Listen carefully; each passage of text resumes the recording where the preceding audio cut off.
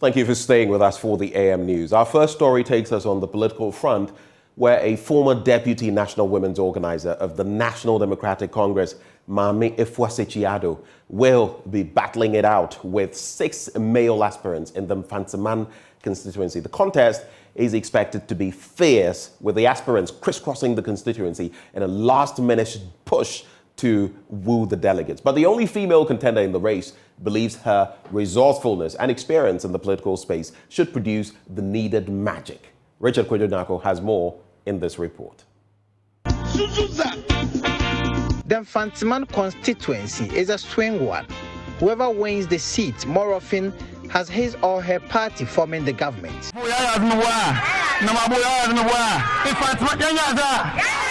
7 aspirants are all gearing up to get the nod from the delegates of the party in the upcoming primaries. I want to invest in the delegates.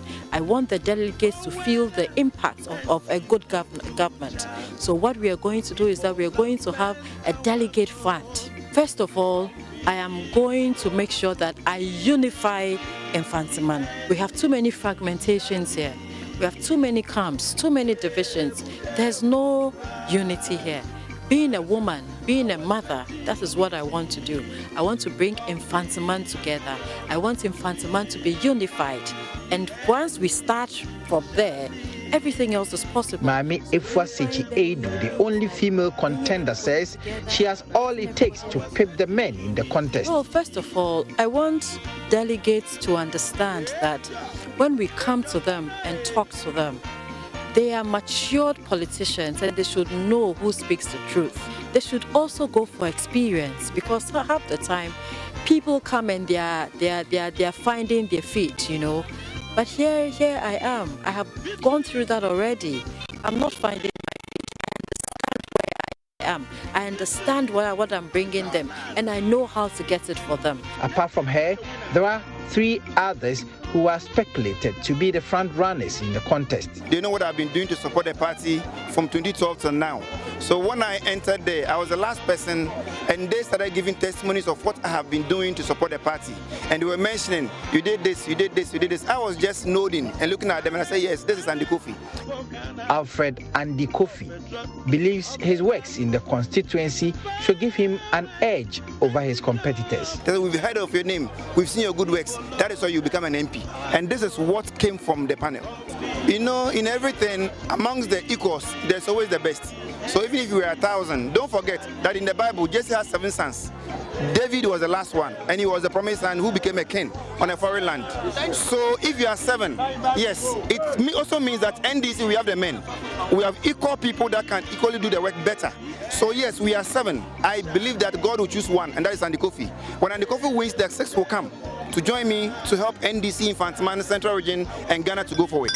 Political watchers believe that Mami Efua-Sechiado, who's been a national executive before, Alfred Andy Kofi, Dr. Ebenezer Prince Ahen, Kobina Main Samano are the favorites in the context.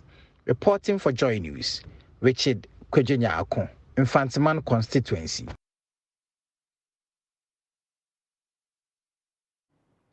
Well, on our next story, research is crucial for policy formulation and implementation. However, researchers from low and middle income countries like Ghana are faced with the challenge of having to purchase many of these research works, which in most cases they are not able to. A not-for-profit organization is changing this narrative by making these research works available to these countries. KUSC, University of Ghana and all that, they all subscribe to very good databases like the Elsevier products, like the Science Array, the Scopus, the Emerald, the Wiley, and all those databases. But still, sometimes you get access to some articles that are very useful. Here's the case, you can't get access to the full text. And when you use Research for Life, it helps you to complement with your resources that you have. Where an article that you're supposed to pay so much, you go to Research for Life platform, and here is the case, you have it for free. Research for Life has been in existence for many years, but when you do monitoring and evaluation, you can see that still people are not using the resources. Why? It's because many researchers, students are not aware of the platform. So even you are getting to a point where Research for Life is going to team up or teaming up with journals within various organizations, institutions, to even publish with them and help them publish, go online and publish, do online publishing, which all in the end helps with the visibility and increase awareness of the papers that we, or the research that we conduct in most especially Ghana and Africa, so that the papers that are supposed to be visible and it should be openly available out there can really be seen out there instead of being on paper. So basically, Research for Life is a very good platform that I want to encourage users, students, researchers, academics, faculty members to use. And more especially, if you are a librarian, try as much as possible and register your institution. So what you can do is that you can go online, researchforlife.org, and go there and register your institution. And you should be able to have access to it. And mainly it's IP sensitive. So once you register your institution, your IP, the institution's IP will be picked by Research for Life, and then your users within your institution will be able to have access to it. The World Food Programme is collaborating with the Ghana Food and Drugs Authority to promote food safety in Ghana. Speaking at a retreat on Monday, Chief of Food Safety and Quality at the World Food Programme, Virginia Sabrenro, revealed that food safety needs to be guaranteed locally in order to be able to export it on the international market. Jacqueline Ansumayabwa reports. Food safety has been an issue of national concern, and the World Food Operations in Africa is increasing with several operations in different regions across the continent. Given the increased engagement with food procurement from the African producers, the World Food Programme is developing strong partnerships with national and regional regulatory and technical bodies, as well as other United Nations agencies, to keep abreast of the updated regulatory frameworks and food standards and properly address emerging food safety risks through effective joint mitigation measures and contingency planning. Chief of Food Safety and Quality at the World Food Programme, Virginia Sabrenro, revealed that the World Food Programme is focused on finding out basic food risks and enhancing the food safety systems in African countries. I think what we are experiencing now is an unprecedented crisis level around the world. And that has really put a lot of strength on food safety and providing safe food for the World Food Programme. So what we've been doing lately is really focusing on the emerging risks, enhancing our basic food safety systems. And we are focusing this year in the African continent, making sure that we see the synergies, making sure that we know our partners in the region, and ensuring that food is safe for everyone. She additionally commended Ghana for having already put in place measures to ensure food safety, which serve as a model for other countries. Food safety can be improved everywhere, and it's constantly changing. You know, the risks and the emerging risks are different depending where we are, right? So we need to adapt to what we are seeing locally in different locations. But definitely we're looking at a much more harmonized food safety system worldwide. And I can say that the practices in Ghana have been really impressive and served as benchmark for other locations as well, including some very interesting and innovative ways of doing things. Deputy Chief Executive of Food and Drug Authority of the Food Division, Roderick Daddy Eje, revealed that they are strengthening their systems with the introduction of progressive license scheme to ensure the smooth registration of local businesses and manufacturers. Sometimes people who are manufacturing products here think that the registration process is cumbersome and it's expensive. But there's a flagship program that the Food and Drugs Authority has been pushing, and we are happy to say that we have been able to register over, over 1,000 products that belong to what we call the progressive licensing scheme. The retreat is expected to offer a chance to forge connections regarding food safety and quality, pinpoint potential for collaborative efforts, and construct strategic collaboration and technical approaches, taking into account the difficulties of the particular African setting. Jacqueline Ansumayabwa's report for JoyNews. On now to the Volta River Authority, which says it will this week test its preparedness in managing spill or overflow of the Akosombo and Kpong hydro dams. The VRA is partnering NADMO and other agencies to undertake the exercise this week. Prince Kwame Kudogan was at the briefing and filed this report. Read to you. The simulation exercise, dubbed Exercise Daohoso, will be conducted in 3 districts likely to be affected: Esujaman in the eastern, Ada East in the Greater Accra, and Northern in the Volta region. It is slated for the 11th of May with key partners including the Ghana Police Service, the Ghana Navy, Ambulance Service, the Armed Forces, with support from the United States Embassy in Ghana. Seji Seji is the Deputy Director General of the National Disaster Management Organization. This simulation exercise is a collaboration between the Volta River Authority and the National Disaster Management Organization. We are simulating a spillage of the Akosombo Dam up to the tune of 10,000 cubic meters. 10,000 cubic meters is a lot of water. It has implications on all the districts downstream. And we have 9 districts downstream the Akosombo Dam. These 9 districts will be affected if such a volume of water should be spilled. As an organization which is mandated by law to deal with disasters and similar emergencies, it is our responsibility to make sure we protect life and property in the unlikely event that this incident occurs, that Akosombo or the VRA decide to spill. So that is why we have the opening ceremony today. The activity itself is going to be on the 11th of May. So on the 11th of May, we are going to simulate a dam spillage, a water spillage from Akosombo Dam. That will affect some communities. Now the communities that will be affected will be communities in North Town, communities in Adan East, and communities in Esujaman. The Deputy Chief Executive Officer in charge of engineering and planning of the Volta River Authority, Edward Eko Obenkenzo, reiterated the importance of the exercise. World Bank's Ghana Climate and Development Report 2022, flooding affects about 45,000 people yearly. The United Nations Sustainable Development Goal, SDG 13, recognizes climate change as a real and undeniable threat to our civilization. The effect of climate change will be a catastrophic threat to our civilization. Unless we act now to limit and adapt to it.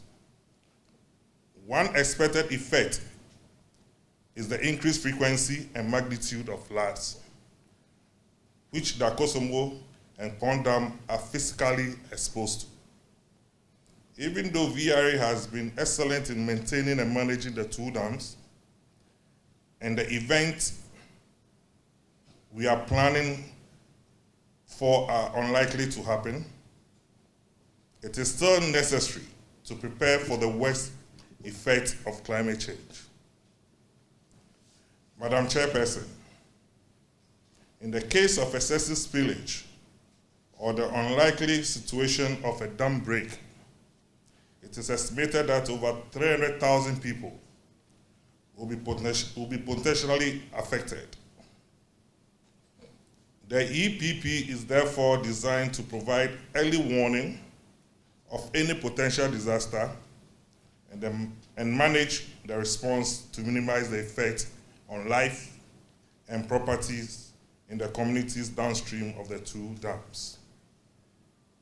The MCE for Norton, Divine Osborne, says the Assembly is excited and making plans to move residents who are in harm's way to safety. I think that we have started a process of educating our people, getting them involved in the impending exercise. So many of them are much aware.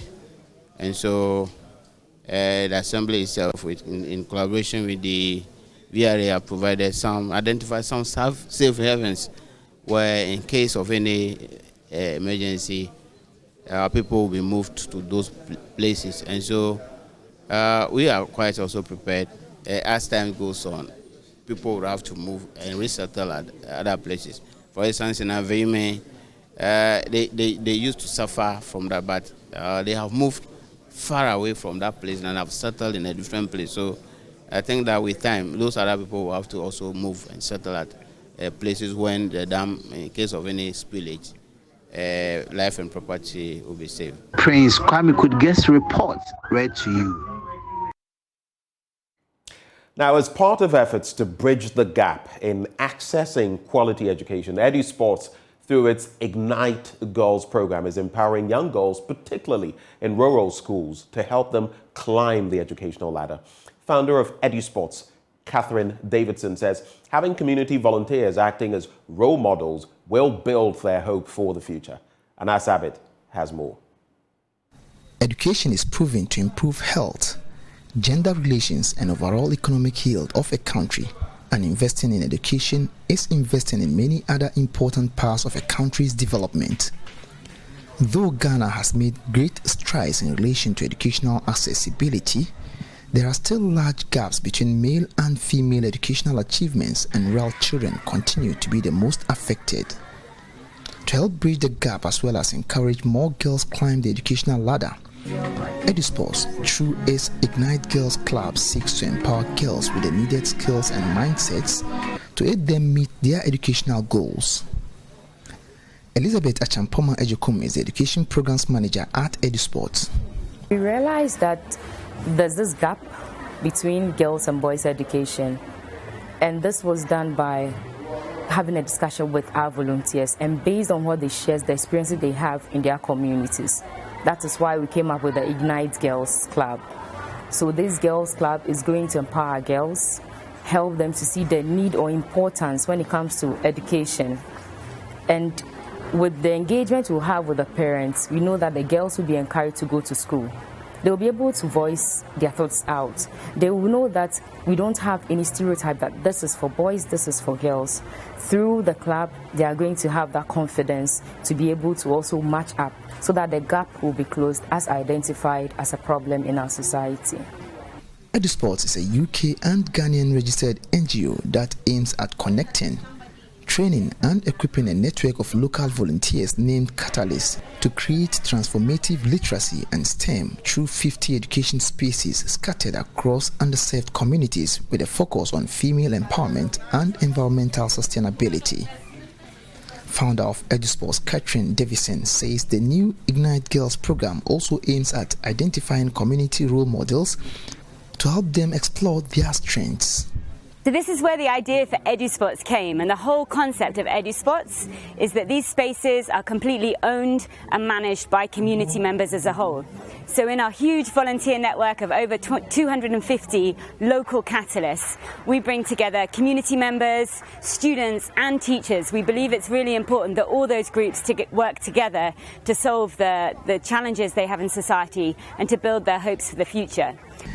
Idrisu Farahana is one of many catalysts volunteering to champion this cause, and as a participant of the Akumadan conference, she promises to establish a group in her community and called on parents to be supportive of their girls' education. Coming here, I've learned a lot, but I want to talk about the Ignite Girls. That's what I like the most, empowering the young females. So when I go back, I'll organize the Ignite group and I'll empower the girls there. I'll teach them everything they are supposed to know.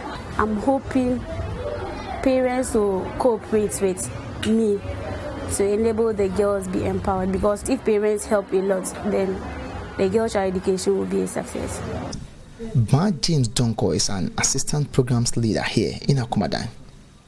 He is particularly happy about the Educase program, which seeks to enable children build a strong foundation of literacy skills.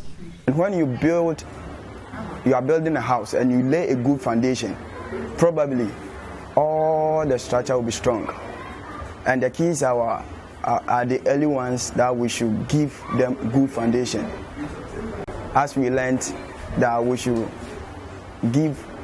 have a literacy club to the early ones. Traditional authorities, just like parents, are key stakeholders in Ghana's educational system. Nanankwa, a A participant and the co-convener of Seshi Nkonya in the Western North region says he is committed to establishing a sport in his community to help empower the next generation. I am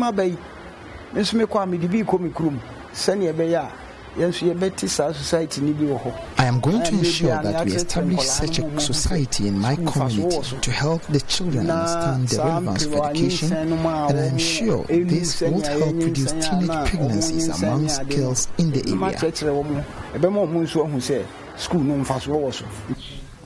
Anna Sabit, JoyNews, Akumadai. The news is done. You've been served. Up next, the news review. Do stay. Well, here we are gearing up. In fact, we are here for the news review. Joining us, former presidential candidate of the Progressive People's Party, the PPP, Bridget Jogbanuku. Nowadays, she has her finger in many a pie, many different things she does. But right before I usher her into the conversation, Endpoint Homeopathic Clinic is the place to go. Let's all make tracks there. Why? They're offering free prostate screening if you're a man, free fertility screening if you're a woman. And you can find them all across the country. Here in Accra, at Spintex opposite the Shell signboard, in Kumasi, Kronoma here behind the Angel Educational Complex. There's Takrade Anaji Estate, Tema Community 22, Techiman Hanswa, and Esiama in Zama. The call lines, and you should call, 0244 867 068 or 0274 234 321. Endpoint Homeopathic Clinic, the end to chronic disease. On that note, let me say a very good morning to Bridget Jogbanuku. Good morning, Bridget. I think you may have to unmute. Morning, Ben. How are you? I'm very well. I hope you've been well too. Well, yeah, under the circumstances. We woke up this morning, we are breathing, we are healthy. We thank God. Yeah, I know it could be better, but like you said, the basics are what matter. Once you're able to rise from bed and you are not there perpetually so that you cannot move your limbs and all of that, that's where hope starts. Mm-hmm. So we thank God for life. I just have some interesting things I want to run by you this morning. I'll put them all, I'll encapsulate them in one, and then we can get into the papers. Like I always do, I like to find out, as a businesswoman, you sell your Zumi, your other products, how are you faring? Are things any better? We're talking about inflation going down and all of that. Are you seeing that in the market? Are people buying more? I mean, what's the situation like? Then I would like you to tell me, especially as you're a politician, is the politics in this country getting any better? Over time, things are supposed to get better. It's like my father used to tell me growing up. He died very early, but I still remember little ones stand or they sit on the shoulders of their parents so they can see farther. So you'd expect that progressively things would become better. Is our politics, our political space, our democracy, is it getting any better? And the final bit I'll throw at you, I just want to, I know you're very sharp and you'll address all of them together. The very last bit, dual citizenship in public service. Some have said it's a no-brainer that here, if you hold dual citizenship, you cannot hold positions like being a member of parliament. Who's been caught in there? The Asin North Member of Parliament, James Jachi Quayson. He's been caught. The former President Mahama is saying he would clarify that should his party come into power. There are some very interesting bigwigs academics who have also joined the fray. What do you make of it? So first, your situation as a business person, is anything going well? Is our political space, is our politics getting better over time? And dual citizenship. Over to you. All right. Well, how's the market? The market is still tough. I think the last time I was on here, I told you about the fact that palm fruits were not in season, and therefore the price of palm had gone really high. Well, palm fruits are back in season now. It's gone, it's shifted. You know, And I think it's all with climate change and all that. So the productivity of palm, if you're going simply by the season, has shifted a bit into the beginning of the year rather than towards the end of the year, or more, probably towards the middle of the year than at the beginning of the year. So we have the palm fruits now. The palm prices have come down.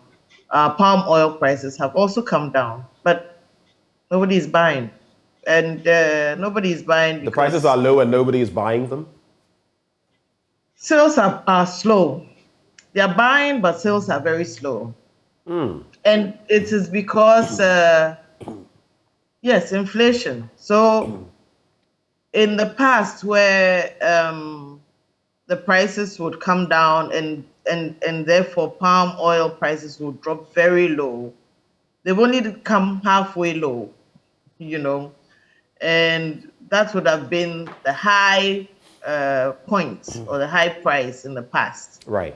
So this is what we're dealing with. And of course, the sales are slow because generally there's very little money in circulation. People are, are cutting down all their expenses or managing their expenses, as it were. So it's difficult. It's not only for my products. You go into the supermarkets, you can see that things aren't moving. You don't even see as many people in the supermarkets as you expect. You can see that there's not as That is true. You can see that there isn't even as much traffic on our roads. So it's just the general economy. It's not just my products. Things are tough and things are slow. The market is slow. That's to do with the market. Now, our politics, I find it very interesting because I've been thinking through it. Is it getting any better? I think that the other day I was listening to a radio station where someone was saying what we need now is a certain disruption. He said clearly, I'm not calling for a revolution, but we need something to disrupt the system and then we do things anew. And I sent him a message and said, listen, we had that disruption. What we didn't do is learn from it. And as long as we didn't learn from it, we have gone back to playing our politics, to playing post-colonial politics rather than post-revolutionary politics. And when I say post-revolutionary, yes, you'll say, yes, the NDC have this, maybe the ideals and the ideologies based on, the politics of the post-revolution. But I don't think so. We continuously are playing this competitive politics. I am better than them. We will do this. They didn't do that. I think we must. Oh, let me add one. We have the men. They don't. Yes, I've heard the NDC also in one of the constituencies. Someone was saying that, and it made me laugh because these jargons sometimes prove to be nothing more than rhetoric.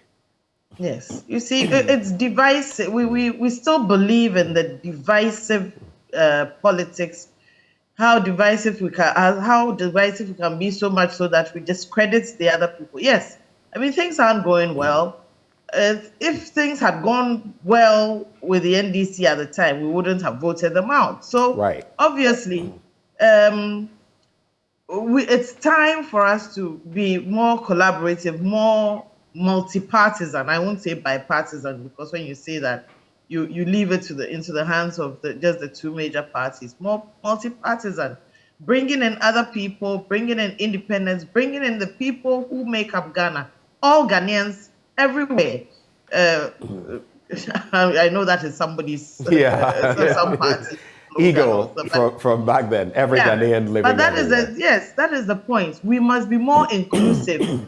We have cut out so many people from decision making, and indeed, and I will always say, especially women, that it's become very one-sided and only for a certain kind of people. And when the other party comes in, we start to do that all over again. I mean, look at this thing about the dual citizenship. You're only looking for something to cut out someone.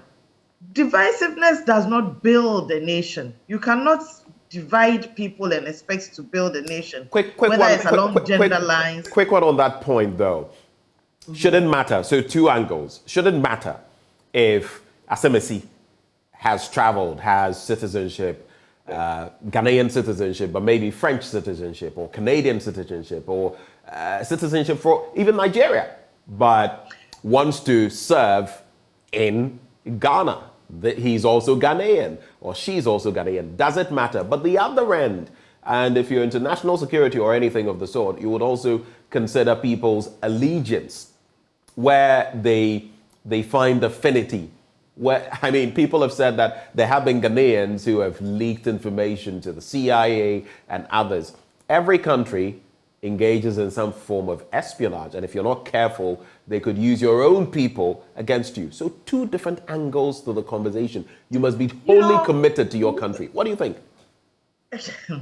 I say this thing, and it makes it sound very simplistic. But listen, what is our fear versus what is our love? Okay, how much this person is dual citizenship, but has a lot to contribute or wants to contribute to the well-being of his country. This is love being expressed politically, if you like. This is what I want to do. And then we're looking at the negative and cutting the person out. Can we look at what the person is bringing on board and how much they have to contribute? The Progressive People's Party, in our 10-point agenda, what people would call our manifesto, we have actually made clear that we would like to bring in all those people. The fact that you have American citizenship is not necessarily, it doesn't mean that you want the downfall of Ghana, or doesn't mean you are no longer Ghanaian. You know, this is somebody who has love for his constituency, for his country, and wants to contribute. But we don't want to look at that. We always want to look at the negative. You know, why do we want to, why that? And you see, this goes back to the post-colonial. What about the CIA? And what does the CIA want to do with Ghana so badly that we are afraid to put someone who has well-meaning intentions? Is he there? Is he coming there simply because he wants to sell Ghana to the CIA? I mean, surely. We must look for the good that the person wants to bring to contribute. And there are many, many people, many Ghanaians with expertise, with knowledge, and with goodwill towards Ghana who are out there in the diaspora who would like to come and contribute to the growth and the development of Ghana. But we are cutting these people out when we know that when these are the people who will help build the country. And why are we cutting them out? Because of pettiness, really. And so you agree with the former president on the stance that these people can contribute. You know, an interesting thing came to mind. I've just forgotten his name. I don't know whether it's Patrick Ewa. I could check. The Ashesi University. Patrick Ewa, yes. It's Patrick Ewa, right. Yes. Sometimes I think my brain it gets filled with so many things. Sometimes I think it's playing tricks on me. But someone like him, of his caliber, Microsoft and all of that. There are so many such Ghanaians. I'm on this platform, a migration platform, sort of. And if you look at the caliber of people there from all walks of life, from all spheres of endeavor, out there, UK, US, Canada, Sweden, Switzerland, all of those countries. And sometimes you ask yourself, if all of these people at some point were to come with the expertise they've garnered in other places and tried to bring them to bear, how would we approach that? A lot of the time, interestingly, we say it's like the year of return and beyond the return and all of that. How about our own people? When they come and they want to be a part of our story and moving the country forward, how do we receive them? So there are different angles to this, but it's refreshing to get your take on the matter. Let me just share this with you. Opia Kojo Mensah says, it's refreshing watching my neighbor share her views on entrepreneurship and national interest. I just had to read that. I knew it would give you a good laugh. Well, he lives right next door to my sister, and I'm there most weekends. So, hello, Miss Opia. Great. All right, so let's get into the Daily Graphic newspaper now. And this one says, Laws on false reporting essential, Professor Datiba. It's been a while. It's actually very good to hear from Prof on this matter. There's also scale-up operations with Creative Minds Minister advisors, graphic, and latest casualty. Firefighting hits a snag. Galamsey devastates water resources. And I'll definitely be getting into that story. Transfer unclaimed dividend to Registrar of Companies by September 2023. Pictured there, the Registrar of Companies, Jemima Mame Oware. On the back page of the paper, WHO sponsors national survey on NCDs and NGO constructs free boreholes for Bukom. Let's get into the major stories. So starting from the very front page to page 3, firefighting operations in parts of the country are the latest casualty of illegal mining, commonly called Galamsey locally. Firefighting officials have lamented. They say the consequences of Galamsey have gone beyond merely polluting water bodies and sources and now impacting water availability in the right volumes for fire emergencies. The Western Regional Fire Command, for instance, says low pressure and water service lines to its hydrants or points of replenishment is threatening fire service operations. It said that had arisen from illegal mining activities and warned of dire consequences for firefighting operations if Galamsey was not stopped or treated as a national emergency. There is also that story on page 13. I'll just take that and have you reflect on both of them. So a former justice of the Supreme Court, Professor Justice Samuel Datiba, has said that a blanket removal of laws criminalizing false reports would be perilous. He said such laws existed to regulate mischief. Hence, conversations about the scrapping of such laws must be subjected to a process to see whether they still served a purpose under the current legal regime. Professor Datiba was speaking as chairperson of a lecture organized by the Directorate of Research, Innovation and Development of the University of Media, Arts and Communication in Accra yesterday. It was dubbed the legal regulation of hate speech, fake news, etc. Is it desirable? Is it possible? I just wanted to run these two stories by you, and maybe just to give it context, two legal provisions, the Electronic Communications Act and the Criminal Code, specifically Section 208 of the Criminal and Other Offences Act 1960, that is Act 29, have been criticized lately as stifling freedom of speech. There have been calls by the GJA, the Media Foundation for West Africa, the Ghana Independent Broadcasters Association, and the Private Newspaper Publishers Association. What do you make of these two stories? Especially with the Galamsey story, where the fire service is saying this must be treated as a national emergency or we all fall. Bridget? You know, there's an Akan proverb that says you don't need clean water to put out fire. You know. Yeah. You don't need clean water. Yeah. An older woman said it to me. Well, that's it to it in English. No matter its quality. You don't need clean water to put out fire. Yeah. And if even the firefighters are asking for clean water now, then we are in big trouble. Yeah. Because I mean, this is the most basic form of water we need to put out fire. It doesn't have to be purified, it doesn't have to be clean. But of course, I mean, if you've got chemicals and mercury and sand and mud in the water, then it's no longer water. It's murky. It can't even run through their fire hydrants and all that. So and we must also consider that the water may be so murky that if you run it through the fire engine or the fire hydrant, it could actually end up with so much, silt or debris. Clogging it. Exactly. Yeah. So that could be the problem as well. Yes. And exactly. If even they are saying that they can't use water, then what about the water we are drinking and the water we are consuming?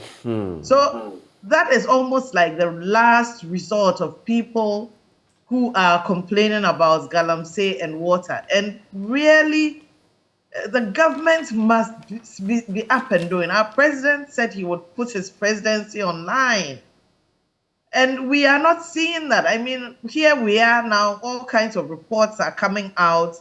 It's almost embarrassing. It's frightening. And yet all we've heard is a disclaimer, if you like. Nothing is being done about it. Now all we need is liquid, really, not clean water to put out fires. And we can't even get that.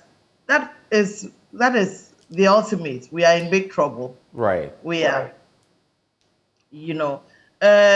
With the false reports and criminalization of it, fake news the times have evolved.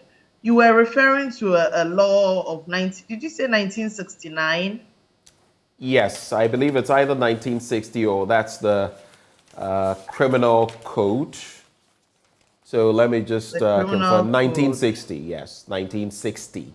Which is Criminal and Other Offences Act, Act 29. I mean, things must evolve. And yes, you may not want to criminalize it. I mean, I'm not an authority on the law, but 1960, we are in 2022. That's what? Another 62 We're in 2023, years actually. 2023, yes. Oh, gosh. So that will be 63 years. Yes, I'm stuck in time. But anyway, 63 years, so much has changed. I mean, now you don't even need human beings to generate fake news. AI and ChatGPT can do that for you easily. Yeah. So, therefore, the law must also evolve.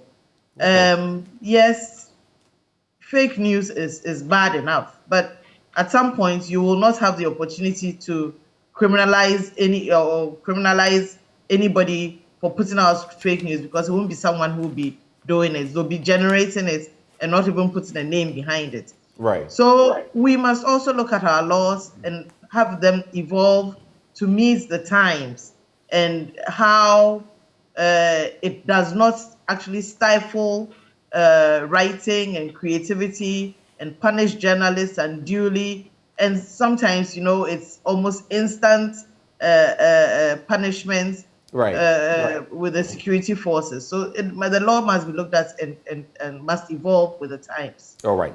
Let me just ask you this on the back of happenings across the world. Airstrikes on the international front. Airstrikes hit Sudanese cities despite peace talks. We were able to get our students out of there. There's also at hospitals to power cuts. South African government. Interesting.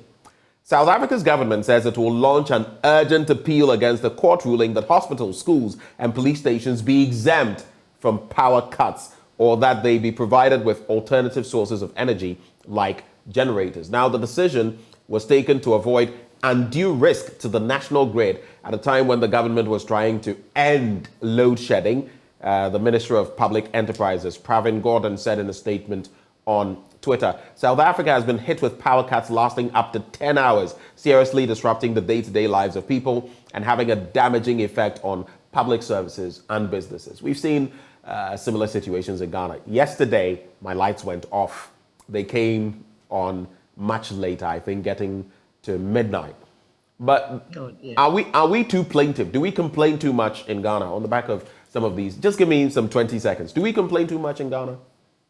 I don't think so. I mean, certain services must be basic to us. I mean, I remember very well when South Africa's power problem started. I was actually in South Africa once, probably early 2000s, I think, in the hotel room when the lights went off, and they were not used to that.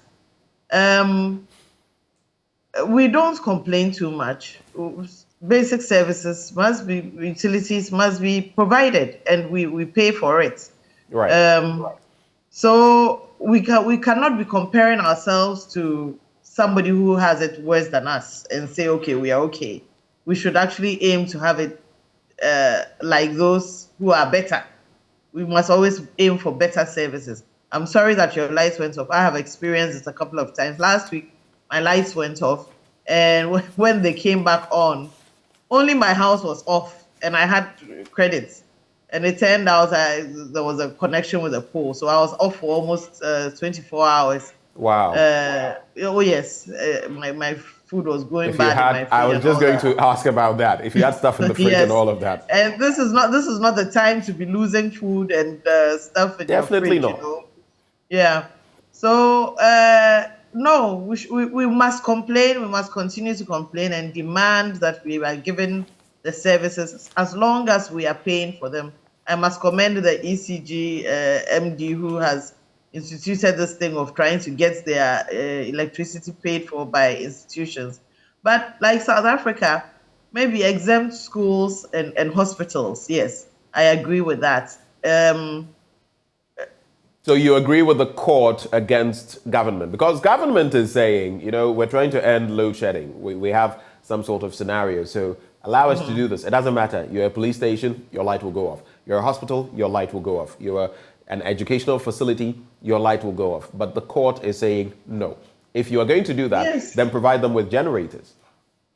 I agree with that. I mean, Right. especially these are public services. And I mean, with a hospital, you want to turn off all the electricity. What about people on all kinds of machines? You know, it therefore means that their lives are going to be cut short. Right. So, yes, we should do that. But in saying so, if you say we complain too much, was it last week? There was a hospital in the north that owed so much money that the ECG had gone and cut it off. And they were saying, you know what, people will die. I think that sometimes we must be merciful. We must be, you know, kind and considerate of some of the institutions that, yes, they may owe a lot of money, but they are delivering care and health. So they must be considered and All right. their lights kept on. Bridget, in the next 5 to 6 minutes, let's see what we can do. That's all we have left. The Ghanaian Times, and so when I throw the issues at you, you can just give me very succinct opinions. Ghanaian Times, review sections of District Assembly Elections Act to address low voter turnout. That's according to the NCCE. And government targets What 1 will million happen? jobs. What can help with that is that you let a lot more. Let's start the district chief executive elections too. It will make it more interesting, and people will be more interested in jumping in. Yeah. Okay. Government targets 1 million jobs through entrepreneurial initiatives. You're an entrepreneur yourself. You love that space. I would like to get your take on that. And then landlord kills boy, inflicts machete wounds on father and sister. Let me just do those two stories quickly. A 35-year-old man identified only as Emmanuel allegedly killed a 1.5-year-old boy. Oh. And inflicted machete wounds on 2 others at Adankwame in the Ekrima and Wabeja North District in the Ashanti region. Emmanuel, who is also a landlord, was said to have attacked the boy, Samuel Amo, his father, Mr. Obed Asamoah, and his elder sibling, Bridget Owusu, 19. The suspect is currently in police custody. However, it was not immediately clear what triggered the attack, but some close neighbors believed it had to do with rent payment. Oh, my word. And then that other story... So government targets 1 million jobs through entrepreneurial initiatives, and the government has targeted that creation within the next 3 years through entrepreneurial initiatives to advance the country's development. Minister of Trade and Industry, Katie Hammond, has stated. All of these, are they realistic? I mean, give me your very brief views on these, Bridget. They're not. I mean, we saw, what do they call the last one that went a few months, and then the young people were picketing along the road. What did they call it? There was a slogan for it. You don't remember, do you, Ben? I know there's been NAPCO. NAPCO. That's what I was thinking about. And NAPCO. then, No, it's a lot of talk and very little action. And when you say that you're targeting, it's a lot of words put together. 1 million jobs through entrepreneurial. What is that? You know, recently the vice president told us 2 million jobs had been created. Now they are targeting another 1 million. You know, you destroyed so many jobs from financial sector cleanup. You know, and when you know that you need to create jobs, you don't go targeting people who provide jobs to other people. And the financial sector cleanup, even though it was, closure of a lot of or withdrawal of licenses of a lot of institutions. What we didn't realize is the number of people whose jobs were affected and whose livelihoods were affected. So not just the people in employment, but the people who were dependent on them. Right. Now you're saying you're creating 1 million jobs through entrepreneurial, whatever. What is that? I say to people that we Ghanaians can be employed even in all the districts across Ghana. I say that in all the districts across Ghana, and I learned this from my campaign. In every district in Ghana, there is an economy. Every district has an economy around which it evolves. Every district. And what we must do is to empower the people already in that economy. I cite examples like a place like in Kwanta, where they have fish, river fish, catfish, which they fish and they dry and they export through Adabraka markets. What we don't do is we have not empowered those districts.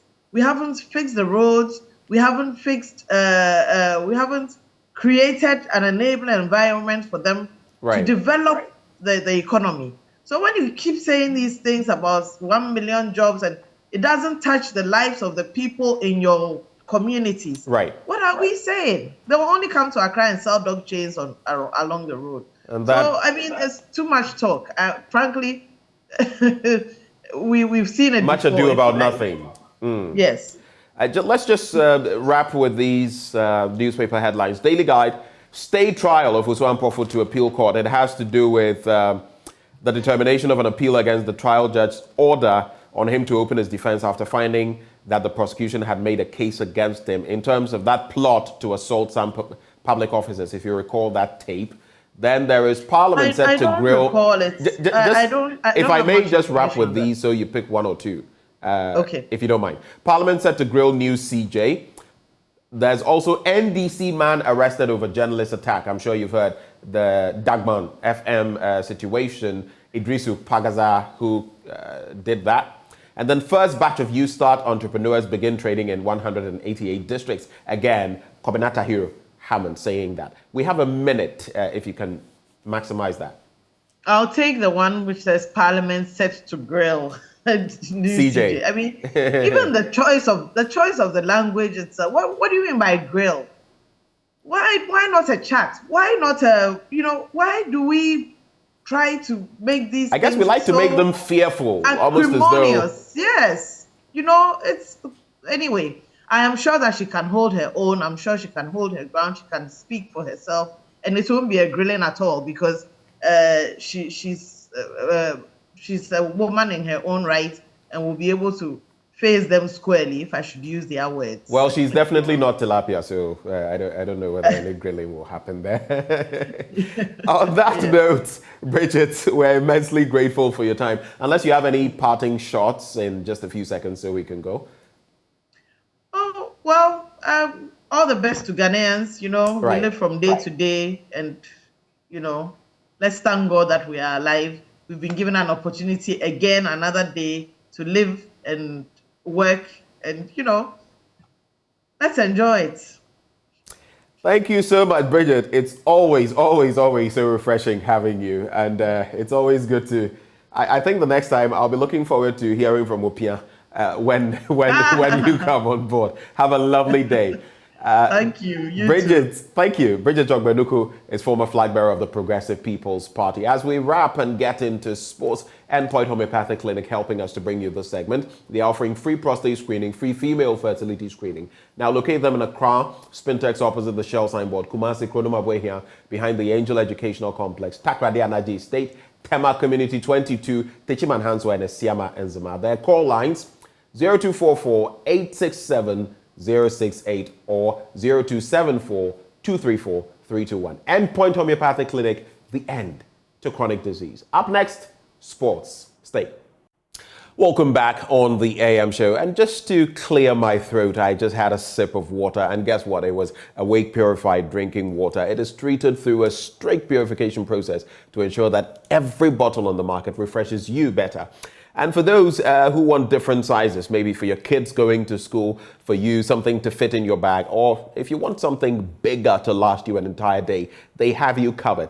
330 and 500 ml bottles, 750 ml for those who want more, and 1.5 liters for those who are heavy drinkers. So there's no excuse now. You're fully covered. Just reach out for a bottle of Awake Purified Drinking Water. If you're thinking of something for your homes or offices, you can also use the 19-liter jar bottles. Now choose a bottle of Awake Purified Drinking Water and get quality hydration. It's another quality product by Casapreco Company Limited. But here's a very heartwarming aspect of all of this. For every bottle you purchase, an amount, a token, a donation is made to the National Cardiothoracic Center. So the more you buy, the more you contribute to the kitty of the National Cardiothoracic Center. And that is indeed heartwarming. If you'd like to purchase in bulk, call this number 0262 351 251, 0262 351 251. This advert is FDA approved. And this conversation we're about to have next is sanctioned by all of you. We know. You want to get down to the bottom of what former President John Dramani Mahama has been saying, that he will review, clarify the constitutional provision that prevents Ghanaians who hold dual citizenship from actually holding public office. But what is your take on that? Well, we've heard from a number of prominent people on that all-important matter. And this morning we get into the conversation with our guests, starting with Dr. Arthur Kennedy. He is domiciled in the United States, very Ghanaian, a member of the MPP, as he confirmed the last time I spoke to him. Some people had said, no, he's not even a member, but he says, I am a member. Doc, a very good morning to you. Thank you so much for welcoming us into your home.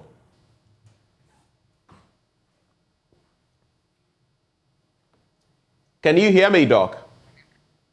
Please, you'd have to unmute, Doc.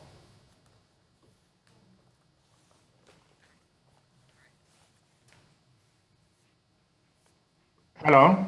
Great. I can hear you now. Now Hello? We're back. Thank you so much. So I was... Good morning to you and all your listeners. It's good to have you.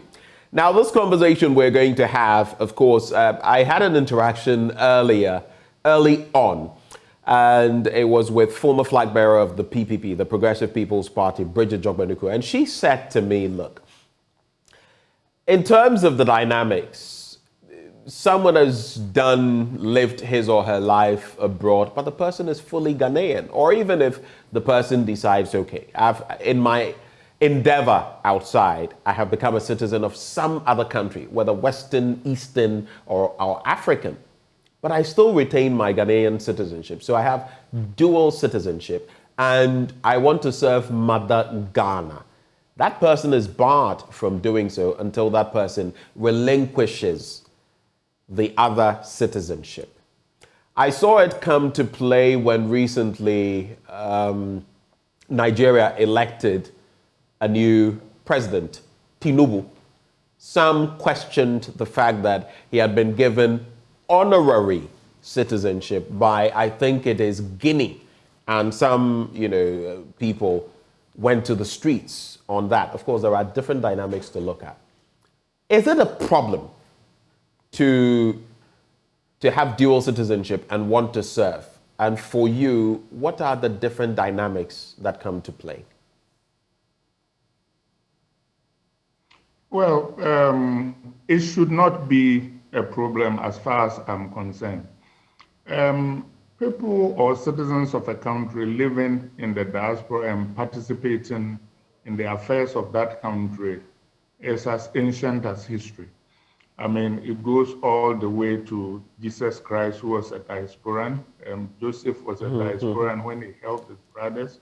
When he came to Ghana, we talk famously about the case of Nkrumah and many others. And in actual fact, I am told that the founder of the Ashanti nation, Osei Tutu, was an Ashanti diasporan who lived in Akwamu, who returned with his experiences to found his country.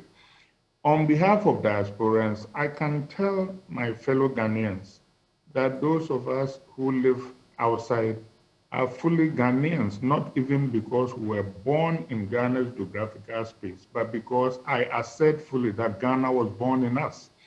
I think that it is something we ought to cherish, that people who were born Ghanaian and have lived elsewhere still want to participate in our affairs. I think that we bring a lot of wealth. You know, when you look at 2021 figures, Ghanaians in the diaspora contributed 4.2 billion to our economy. That is a little over 6% of our GDP. It's not even just the contribution. We bring a lot of talent. And in actual fact, it is the same logic that makes Ghanaians want diasporans participate in the national team, the Black Stars, because they know instinctively that it makes us better when we can gather Ghanaians from all around the world. So I actually think that President John Mahama's pronouncements are very welcome. Of course, when we say that we ought to welcome or acknowledge the signal contributions of the John Agyekum Kufuor government, which passed ROPAL in 2006, and it is a disgrace that we still have not implemented it. In actual fact, ROPAL might be a more signal step than even the dual citizenship we are talking about. And the dual citizenship has a bill in front of Parliament, which a lot of people have contributed. So President Mahama's pronouncement is right on point, and I think it should be commended. And the MPP, in its tradition of helping to advance the frontiers of our democracy, should go back and do what it needs to do and join it. And by the way, we always brag about being the torchbearers of Africans. This time, we are not even leading, apart from, of course, the examples of US and Canada doing that. Even in Africa, Nigeria, Senegal, South Africa, Cape Verde, all allowed their citizenship in the diaspora to vote, and nothing untoward has happened. Indeed, Senegal has representatives to its parliament from the diaspora. Interesting initial thoughts you have shared on this matter. Of course, there have been different dynamics even before we get into what the law says and what this amendment seeks to achieve. There are also those on the other side. You have spoken about the positives of dual citizenship, but how about the other side? Some have said, for example, that in countries where, and every country exercises counterintelligence or counter-espionage, you would try to impede other countries. And every country, looking at their representations in other countries, would want to gather information on those countries, sometimes information that doesn't inure to the benefit of the host country. And that is why when they are found out, then they would, these diplomats would be declared persona non grata, and they would have to leave sometimes in some instances. Some have suggested that we put our national integrity, allegiance at risk if we allow people who have divided citizenship, or so to speak, divided allegiance. What do you make of that? Respectfully, that is a red herring. My brother, most of those who have destroyed Ghana have been people who didn't have dual citizenship. The people who are running our country into the ground for the most part are full citizens. So I really do not think the mere possession of a second citizenship would dilute anybody's loyalty. We know that, there are people who live in the diaspora here. At the mention of Banku or Fufu, they start salivating. They dream about Ghana all the time. And if you think about it, after all the progress that you've made and how well you are paid elsewhere, why would you care about Ghana if it was not for the love of the place? As they say in Akan, that is where your umbilical cord is. So actually, the people here should worry more about our allegiance than Ghanaians should. And it's ironic that from time immemorial, Ghanaian governments have always been willing to offer citizenship to Black Americans and other Blacks in the diaspora without worrying about their loyalties. They say, oh, you are African, so come home. And yet those of us who actually... We've had the year of return, beyond the year of return as well. and we are not willing to welcome our own back home. Absolutely. Absolutely. So I really think that is a red herring. I think that those artificial doubts are constructed by people who see holding office as quote unquote sharing the spoils as compared to putting the best team on the field. And I think we ought to be looking to put our best team on the field, regardless of where they live. And it is very commendable that people spread all around the world should care so much about Ghana. We should not be doubtful at all about the loyalty of those in the diaspora. They are some of the most loyal Ghanaians I've ever come across.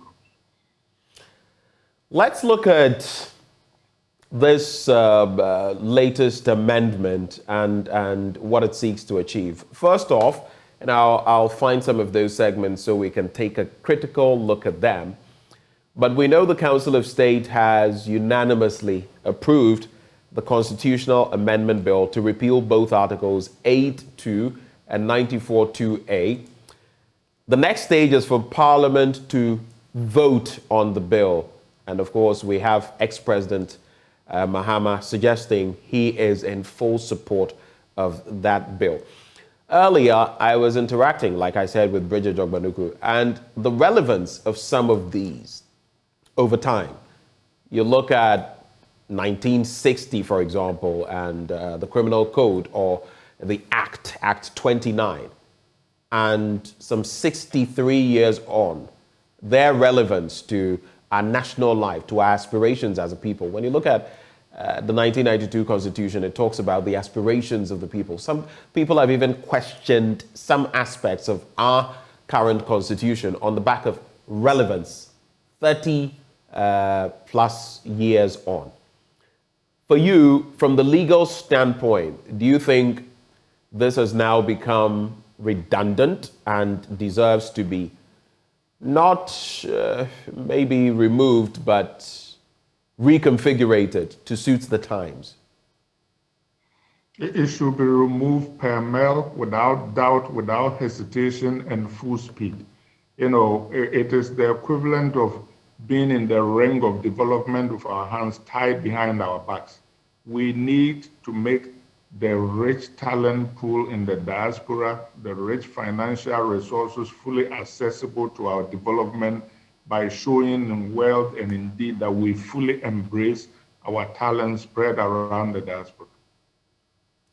Let's look at what the 1992 Constitution says about dual citizenship.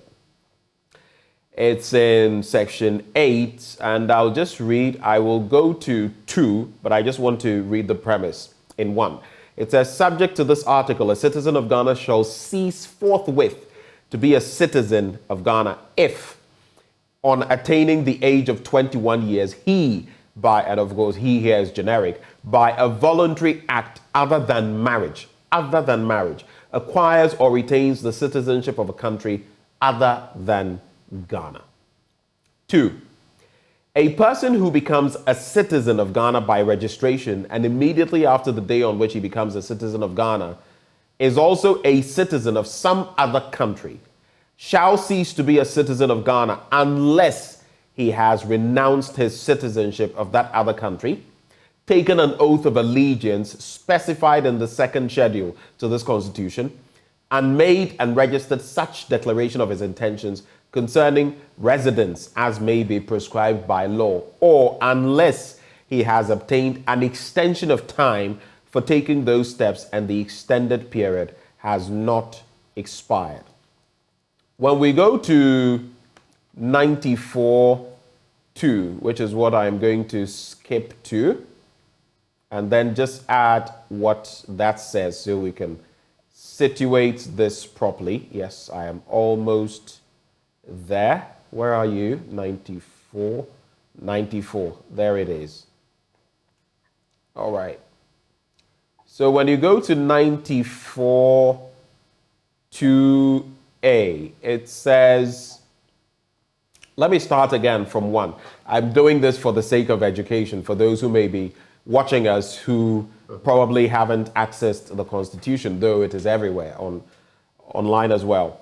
In terms of qualifications and eligibility, 94.1 says, subject to the provisions of this article, a person shall not be qualified to be a member of parliament unless A, he is a citizen of Ghana, has attained the age of 21 years and is a registered voter. B, he is resident in the constituency for which he stands as a candidate for election to parliament or has resided there for a total period of not less than 5 years out of the 10 years immediately preceding the election for which he stands, or he hails from the constituency. And C, he has paid all his taxes and made arrangements satisfactory to the appropriate authority for the payment of his taxes. But 2A is the most relevant here. 94.2A.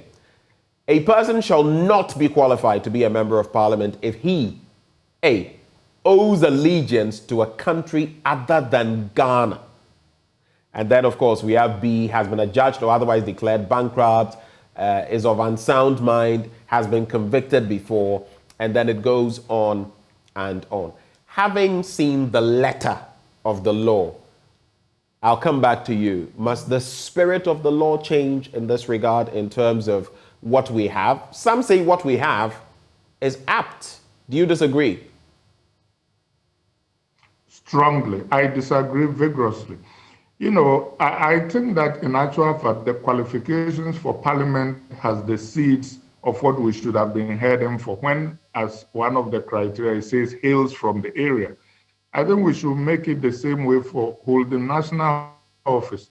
Those who hail from Ghana ought to be qualified, and that ought to be the end of the story. I think that there is a lot of tea leaf reading between loyalty and oath, and actually we end up indirectly creating two tiers between Ghanaians abroad. For example, somebody acquired foreign citizen by virtue of marriage, and somebody also did it away. They are both foreign citizens, but one of them can then hold office because we do not doubt their loyalty, but the other person we doubt their loyalty. This is insane. You know, I think the essence of the thing is that Ghana beats in our heart. Like I said, it's not even that we're born in Ghana. Ghana was born in us. You know, wherever you go to a gathering anywhere and there are Ghanaians, sooner or later, the talk turns to the part of our country, and everybody there is passionately trying to find out ways in which we can uplift our country. And a lot of people don't understand that after you live here, there are rights that you acquire here in terms of the property, in terms of taxation and other things that you shouldn't just get up and give up. You know, the benefits of retirement and all that kind of thing. And if you even suddenly got up to leave and go to Ghana, there are problems with how much taxes you pay. And the question is, why is it that if I have a Black American neighbor, my government will be lobbying him and laying the red carpet for him to become a Ghanaian citizen while it is telling me I am disloyal? It just doesn't make sense. Let me bring in Professor Kweku Asare, who also joins the conversation. Prof, thank you so much for joining the conversation. I have kept you unwittingly waiting. Thank you so much, sir. Thank you and good morning. It's a good great morning pleasure. To my friend and brother Atta Kennedy as well. It's a great pleasure having you. Good morning. Usually I would see you watching us have our conversations online. Today you're joining us. So, Prof, thank you for doing us the honors. I'm sure I don't have to repeat myself. You followed the conversation. We've spoken about the what ifs. We've spoken about what the Constitution says, the letter of it. What is your position on this? Ghanaians out there doing great things, but maybe with citizenship that is, with dual citizenship. Let me just leave it that way. They have citizenship of other nations, and they also have Ghanaian citizenship. Why do we bar them from public service? But on the other front, some will talk about allegiance. Some will talk about the fact that you could have divided interest, which could be dangerous to our collective good. What is your stance on this matter?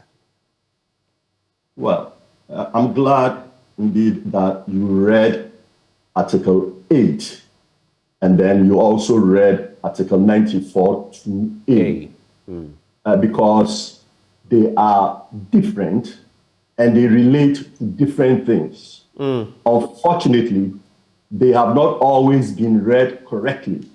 Okay. And it is interesting that the Article 8(2) and Article 8 that you read were actually the old provisions from the old unamended constitution that actually barred dual citizenship. Dual citizenship was not allowed under the regime that you read from.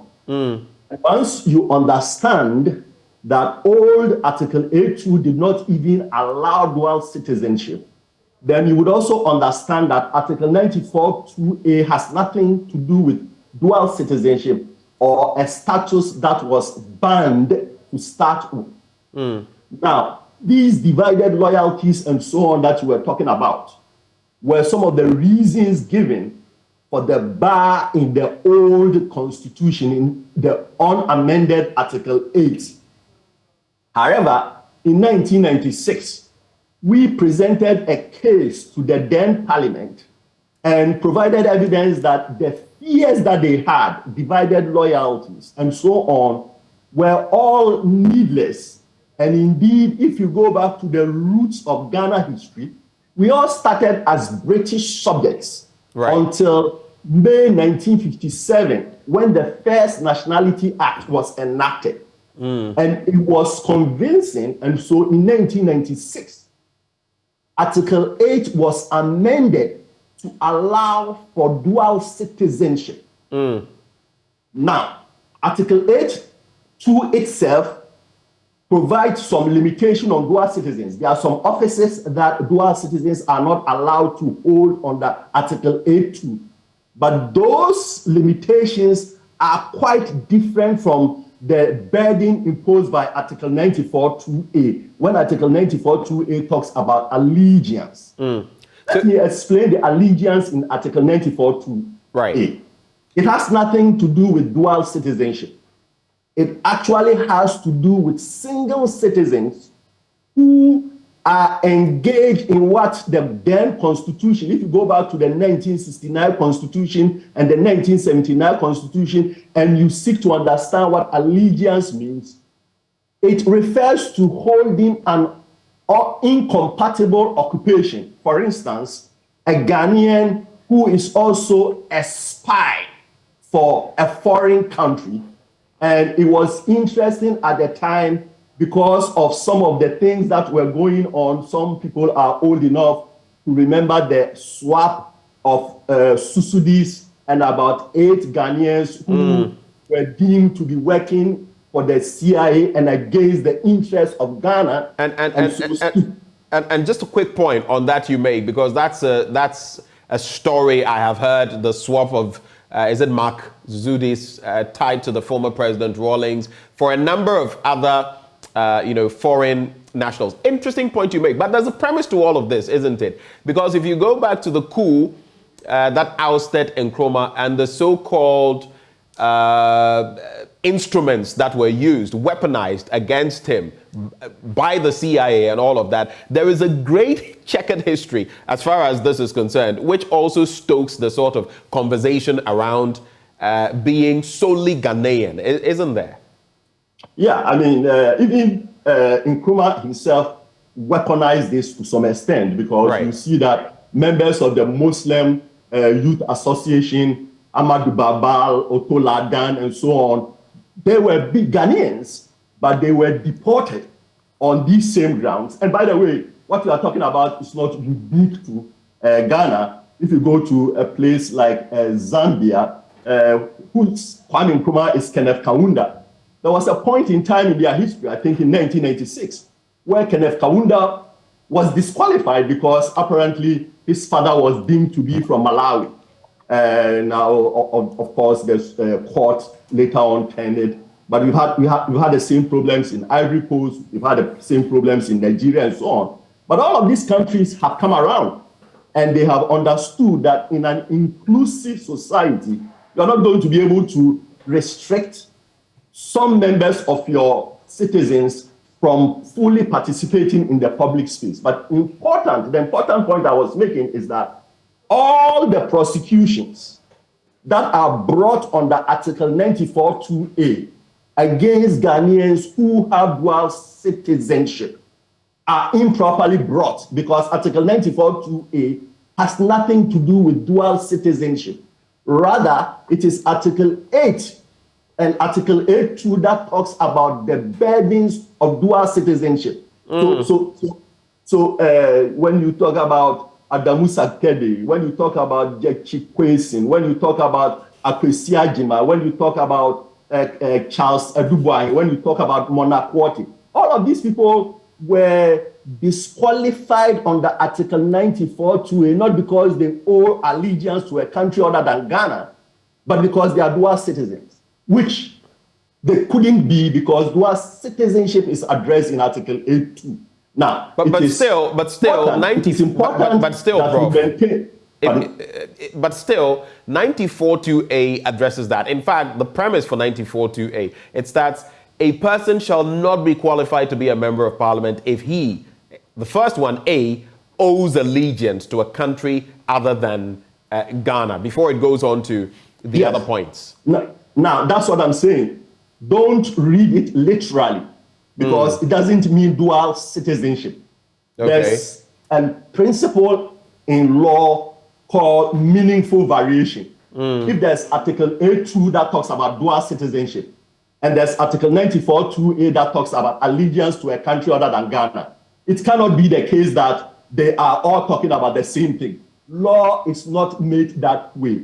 Every change of word has a meaning. There is a reason why there is this allegiance clause, and I've explained to you that the allegiance clause cannot even sensibly relate to dual citizens because originally dual citizenship was not even allowed. Okay, so how can Article 94(2)A be directed to a status that was not even allowed? Okay. It is important that we read the Constitution carefully. Now, I accept that it has been, misinterpreted, and I agree with all those who are now calling for, look, regardless of whether it's Article 94(2)A, which has been misinterpreted, or the limitations. There are limitations also imposed by Article 8(2). For instance, one cannot even belong to the Supreme Court if he's a dual citizen. That is also important that we remove that, because you cannot have a nation whose apex court excludes some of the citizens from even being eligible to sit on it. That does not happen anywhere in the world. Being a judge is a technocratic position. Do you know the law? Do you apply it fairly? And so on.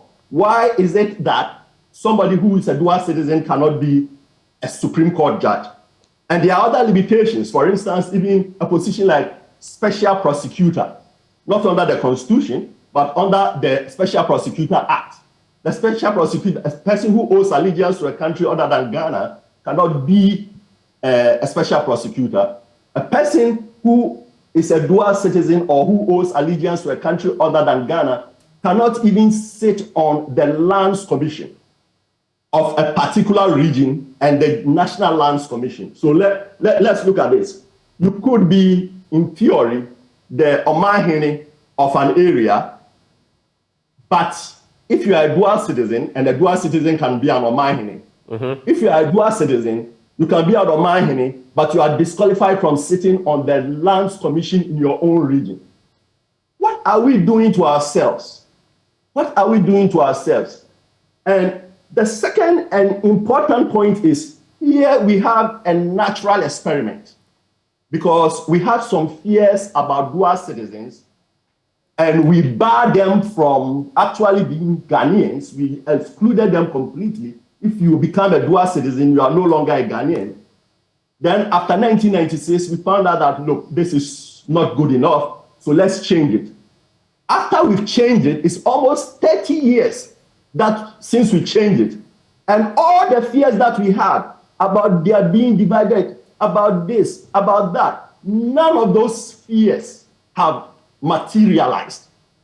So 30 years after, we should be in a position to revise our beliefs In fact, Dr. Kennedy just said that those who are messing our country up, so to speak, are those without dual citizenship. They have held on to power since, let's say, the Fourth Republic, and it is not those with dual citizenship who are ruining our country.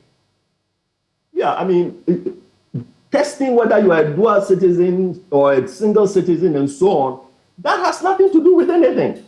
The important thing, as the Nigeria court have said, as the Sierra Leone court have said, is that were you born a Ghanaian, were you born a Nigerian in their case, were you born a Sierra Leonean? If you are born a Ghanaian, then you are born with certain inalienable rights that cannot be taken away from you. And the most important right is the right to vote and the right to be voted for. To me, it makes no sense to call someone a citizen if you don't even trust him to sit in your parliament, if you don't trust him to sit on your Supreme Court, if you don't trust him to be a member of the executive. You cannot be a minister, you cannot be a deputy minister. If you can't trust them to sit on the constitutional commissions, for instance, a person who owes allegiance to a country other than Ghana, poorly interpreted, cannot sit on the Electoral Commission, cannot sit on the NCCE, cannot sit on the Public Service Commission. These are very technocratic positions. Why do we exclude our own citizens who are educated by our own taxpayers only to allow the IMF and other countries to send foreigners to supervise our banking institutions? I mean, I just don't even understand the logic that we can trust the IMF to send a supervisor to supervise our banks, to allow them into the inner conversations of our economic policies and economic systems.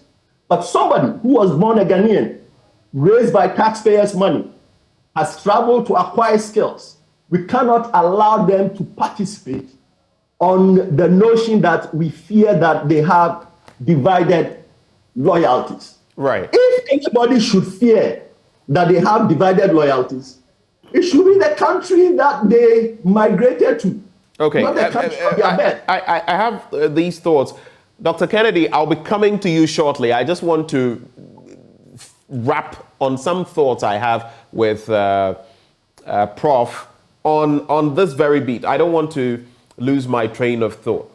So when you look at 94.2a, what then? So I'm putting two together, and this is for you, Prof, right before I go back to Dr. Arthur Kennedy. What then does owes allegiance to, properly so-called, mean? Have we created a nebulous clause over time? What has it meant? What should it mean? And then how then would you address what some people prefer to call honorary citizenship? Go back to, and what comes to mind, Sekou Touré and Kwame Nkrumah, when the Guinean president invited Kwame Nkrumah to his country post the coup in 1966, and then even sort of suggested that he could be co-president with him. In that shell, what then do we make of honorary citizenship as well? What rights do we give? The Constitution has a view, but how then do we look at that in this context? Yeah, so 94.2a, as I said, should be read in conjunction with the constitutional or legislative history. Right. Anytime you read the Constitution, we don't go back to ask, well, why do they have this clause? If you go back and the proceedings of the 1969 Constitution are there, this is where they took this clause from. There, the explanation that they gave was that they did not want to allow people who were in incompatible occupations. That's what owe allegiance to a country other than Ghana mean, incompatible occupations. So the notion of dual citizenship is completely not anticipated by 94.2. Since you've clearly read that, what would incompatible occupations then essentially mean? For instance, I gave you the example of subsidy, somebody working for a foreign agency who is maybe spying against Ghana. And even in such a situation, it was expected that the person would be tried and actually found guilty of whatever it is that we are accusing him of before we deprive him of the right, the very basic right of citizenship. It has nothing to do with dual citizenship. Second, honorary citizenship is not something that is addressed in the Constitution, but I get your bigger point that even in places like Gambia, where Nkrumah went, Guinea, in places like Guinea, if they allowed Nkrumah, who is a Ghanaian, to become a co-president without worrying about his not being a natural-born Guinean, and this was in the 1960s. How come 60 years since then, we are now quibbling about whether a natural-born Ghanaian raised in Ghana, paid his education paid for by Ghanaians, cannot participate fully in our political space? I seem not to understand the logic that somebody who is a professional, when you are a professional, if I'm hired to sit on the Supreme Court of Ghana, I'm a professional. If I'm hired to sit on the Supreme Court of Gambia, which many Ghanaian justices have sat on the Supreme Court of Gambia before, it doesn't matter whether you are even a Gambian or a Ghanaian. Right. You are a professional. And your professionalism will trump any primitive allegiance that you have to anybody. I mean, the argument makes as much sense as saying if you appoint somebody who is not a Ghana to be the Greater Accra Regional Commissioner, or if you appoint somebody who is not from the Eastern Region to be the Eastern Regional Minister, he's going to go and destroy Eastern Region because he doesn't owe allegiance to the East. I mean, it makes no sense. We are talking about professionals. All professionals swear an oath of allegiance. And by the way, when we say the president has to swear an oath of allegiance, it has nothing to do with citizenship. It has something to do with fidelity to the work that he's going to do. Right. You swear the oath of allegiance because you are promising to the people that in this job that you are going to do, you are going to abide by the Constitution and so on and so forth. It will be silly to say that when somebody swears the oath of allegiance, because you've seen the word allegiance, then it means he's going to swear the oath of citizenship. No, allegiance is a term of art. It has a meaning in our Constitution, and I hope one day the judges will actually sit down and look at the constitutional history and interpret Article 94(2)(a) correctly. But of course, the context that you're mentioning is crucial. It is important because it's revealing what you've just said. But are you then suggesting, just to cap it off, are you then just suggesting that we've been maybe misreading and even further misapplying what the law says as far as the judicial system or the justicial system is concerned? Absolutely. And I've been saying this for 20 years. I just did not say it today. I said it when they wanted to disqualify Akwesi Agyeman, my friend Akwesi, from being the Ashanti regional minister. I said it when they tried Adamu Sankedi. I said it when they applied it to Monacote. I said it when they applied it to Charles Edubuahin. Recently, I've said it when they were applying it to Jackie Kwesi. I'm very consistent in terms of saying, look, when it comes to the Constitution, and when it comes to disenfranchising somebody, when it comes to saying somebody, we are not going to allow you to participate fully in the political space, let us be sure we understand that the law indeed applies to them. It will be unthinkable for somebody to write a constitution that says over 1 million people, because there are about 1 million dual citizens, maybe more, 1 million people are fractional citizens, and they cannot sit even in their own parliament. I don't think any lawmaker in today's world, even as at 1992, would have come to that. And last point, there is actually an interesting case in Ghana. It's Bilson versus Attorney General. And in that case, Bilson actually sues because he wanted President Rawlings to be disqualified on grounds that President Rawlings was a citizen of the United Kingdom. President Rawlings, in his affidavit, actually says, yes, I'm a citizen of United Kingdom because I was born in 1949, and in 1949, every Ghanaian was a subject or a protected person of the United Kingdom of Ghana, of the United Kingdom. And the judge said, well, look, I'm not even going to get into this question of whether he's a citizen of another country. The important point is whether he owes allegiance to Ghana. And on that, I know because as a military officer and then as a former head of state, he has taken multiple oaths of allegiance to Ghana. And that to me is enough. So even that judge made that distinction between allegiance and citizenship. But we are just not even reading our case law properly. Interesting, very interesting points you have made, Prof. But let me come to Dr. Kennedy. First off, do you have any reactions to what Prof has said before I come to you with a substantive question? No, we have always been d'accord on this issue. We think that we should bring more of our talent there in our development, just like we do in soccer. And actually, to buttress his point, Ghanaians have served on the Supreme Courts of Gambia and I think Kenya, as well as I think Antigua. They've held very significant positions. So I agree completely. And actually, I think that all those who have been ginning up this argument about disloyalty and others, it comes from the idea that people see those in the diaspora not as teammates or people with talent to be invited to help our development, but as competition for the spoils of office. They see office not as a place where you go to serve, but as a place where you go and get rewards. So they see diasporan talent as competition. Have we then done a disservice to ourselves all these years? I mean, and what is the immediacy required in terms of dealing with the situation? The Council of State has done its work.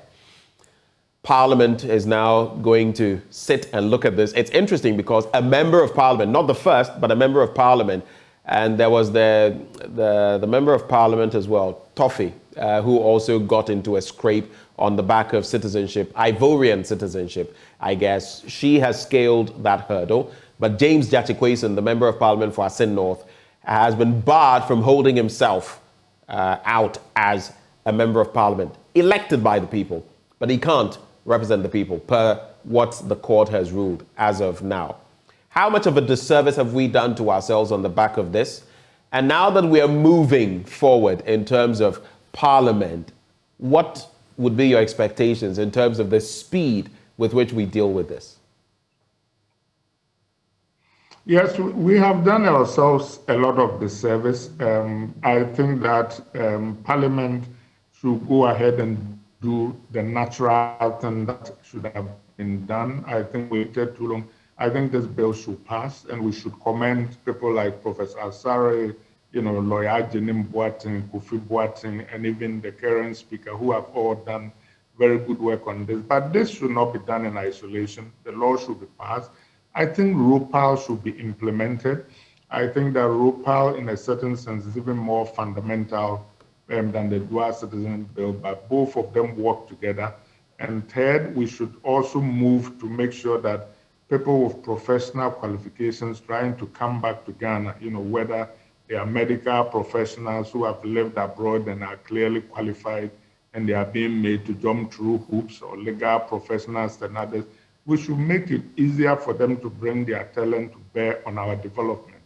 And if we do that, we can benefit, because I can tell you that a lot of those who have messed up this country had nothing to do with dual citizenship. They were full-blown Ghanaian citizens, and they have looted our country dry. They didn't feel any right to do that. So we need to stop looking at the wrong things and focus on looking at talent in the modern world, as well as the resources that the diasporans can bring to bear. And there is evidence. You can look at Nkrumah, for example, and the dedication with which he led us. Even a lot of our very outstanding, technical people, courts and other things. So these disqualifications, I think, never had logic on their side, and they don't do that now, and we should move as quickly as possible. So I actually think that President Mohammed's remarks are very welcome. I think he should use his considerable political clout to help push the bill that's in front of Parliament across the line. I think that the MPP should not turn this into a partisan thing. They've always led the fight to expand the frontiers of democracy. That is why John Ajikun Kufuor's government brought us through power. They should help us implement the bill and make it easier for Ghanaian professionals to bring their talent to help in our development. But there is a political chess game being played, and if you don't play it well, you could get checkmated if you don't play it well. On that political chessboard, we have a certain James Jachikwason, who cannot hold himself out as Member of Parliament for Asin North. Now, there are different dynamics at play. The MPP could, in this tenure, back this, depending on how Parliament receives it from both ends, and now the former President, Mahama, has said he's given his blessing to this. So you would want to assume that, let's say the minority tags along. How about the majority? How will they look at the issue? I mean, even before the former president, if he gets the nod to be president again, even before that happens, this could have been cleared, which was why I was speaking about immediacy. But the reality too is, the MPP has benefited from this position, which we have currently, by sidelining James Jachikwason. If we go through with this, what it means then is that, per my reasoning, and Prof could clarify, James Jachikwason would have to be reinstated. That would not favor the MPP in Parliament. How do you address that, Dr. Kennedy?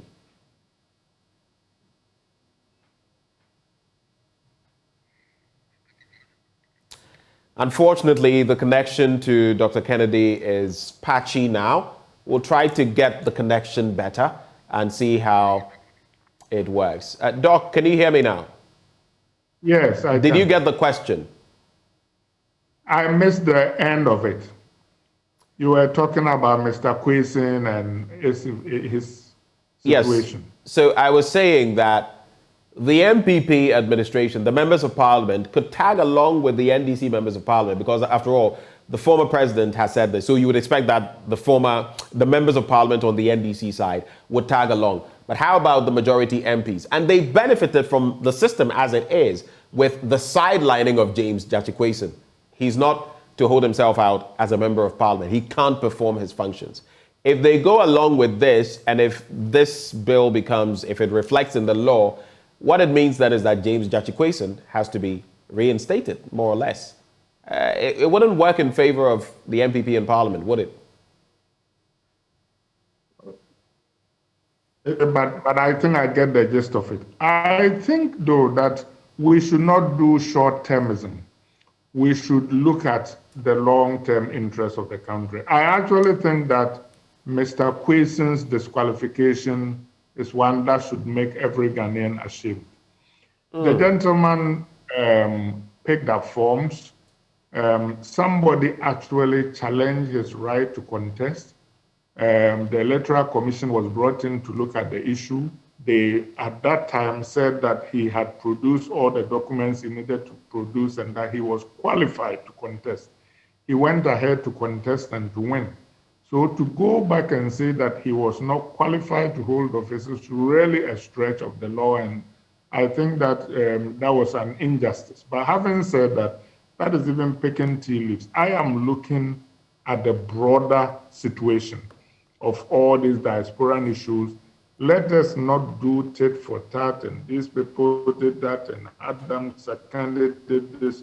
I think there is too much of a spirit of vengeance. You know, you got my guy, so I'll get your guy, and next time I will also get, you know, we need to stop that and look forward and look to the interest of Ghana. I think that all those who are talented and have the interest, there are people here who are paid a lot for the work that they do. I tell people that and they are surprised that, I'm a physician, one of many here, but I get paid better than United States Senator. So when people who work here and are in these professions care enough about Ghana to come back and serve, we ought to be welcoming them. We should not be putting obstacles in their way. So I commend Mahama, I commend President Kufuor for ROPAL. I think we should come together and implement ROPAL. We should pass this bill, and we should go ahead to remove the professional obstacles that lie in the way of Ghanaians of talent abroad who want to come back and give to our country. You spoke about the inadequacy or how dangerous it is, what happened in the Jachikwason, and of course, other similar cases, I should say. If that was injustice, or if it was as bad, then how would you reference the justicial system that meted out those judgments, so to speak? What then would you say? I think that judges and judicial systems live in the context of their societies. So by and large, that is why, for example, in the United States, there were rulings like, Dred Scott and Plessy versus Ferguson, because the courts at the time reflected the society's sentiments. In the same way, I think that maybe even Roe versus Wade, which has now been overturned in different ways. Precisely. So the political biases eventually seep into our judicial rulings. So I think that we need to look forward. I think that sometimes our courts can lead us forward, and maybe too often they don't do that. Ironically, I think that under the first term of Rawlings and the second term of Rawlings, our Supreme Court was very vigorous and visionary. They were forward-looking. They were very independent. I don't know what happened to them over the last few years, but I think they need to return to looking at high legal principles and the national interest rather than the interests of parties and their lobbying, because there are a lot of people who feel that Mr. Kwesi probably might not have been disqualified if the NDC were in power. Right. And that is really an indictment of our judicial system. That's a very important point you just made at the end. The judicial system and political influence. In fact, political party influence. But just hold for me, Dr. Kennedy. Let me bring Professor Kukwasari back into the conversation. What would be your take on this political chess game that I've suggested could play out?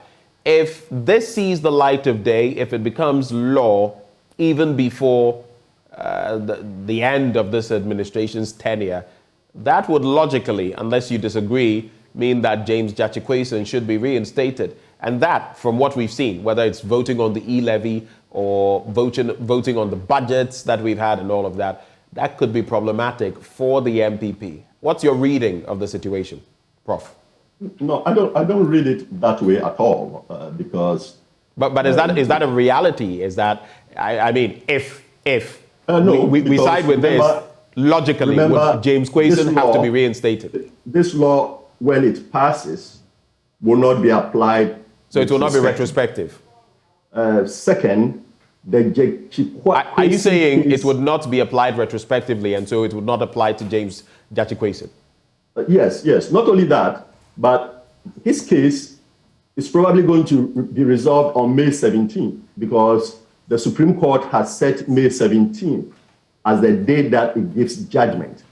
And it will be the first time that the Supreme Court will actually be interpreting the meaning of Article 94(2)(a). And that's some of the problems with our judicial system that Dr. Kennedy was describing, because here we are, we've been disqualifying people for this long, and for the first time, the person who disqualified or sought to disqualify Kwesi, after he had successfully done that, has now gone to the court and said, well, court, I'm not even sure what the meaning of Article 94(2) is, so interpret it for us. So that's the problem.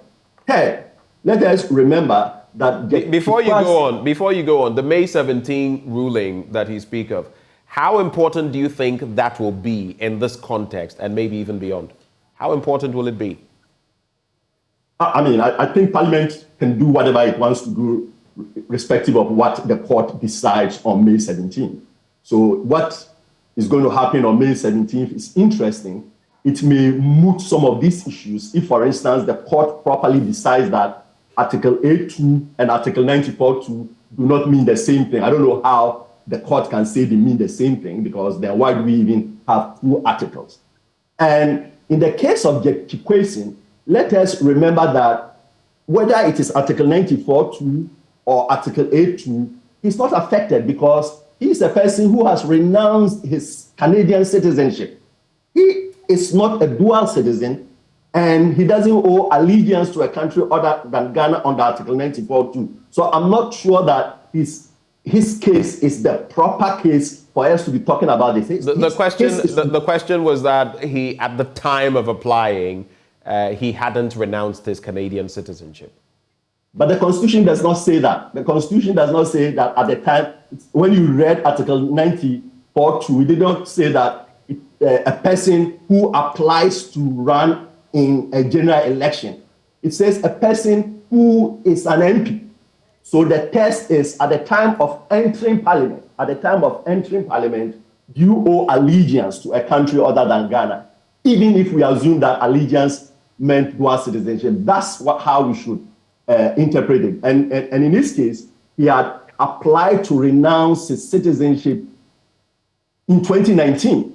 We cannot hold any delays by Canadian bureaucrats against him. I mean, how is it that we can say to someone, you continue to be a Canadian citizen, even though you've moved away from Canada, you've given them your passport, you've applied to renounce everything, and I mean, we are disqualifying you because the Canadian bureaucrats have not said that. And if you go and you read Canadian law, I've given examples on the web on a presentation that I gave before.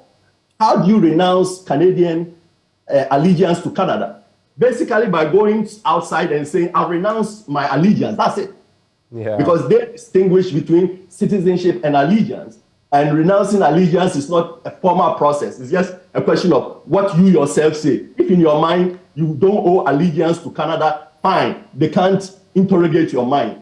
Now, citizenship is a different thing because it's a status that is conferred by Canada, and they can either give you citizenship or take your citizenship away from you. But they can't compel you to owe allegiance to them. So there are many people who say they don't owe allegiance to Canada, including single citizen Canadians, because of their link to the King of England.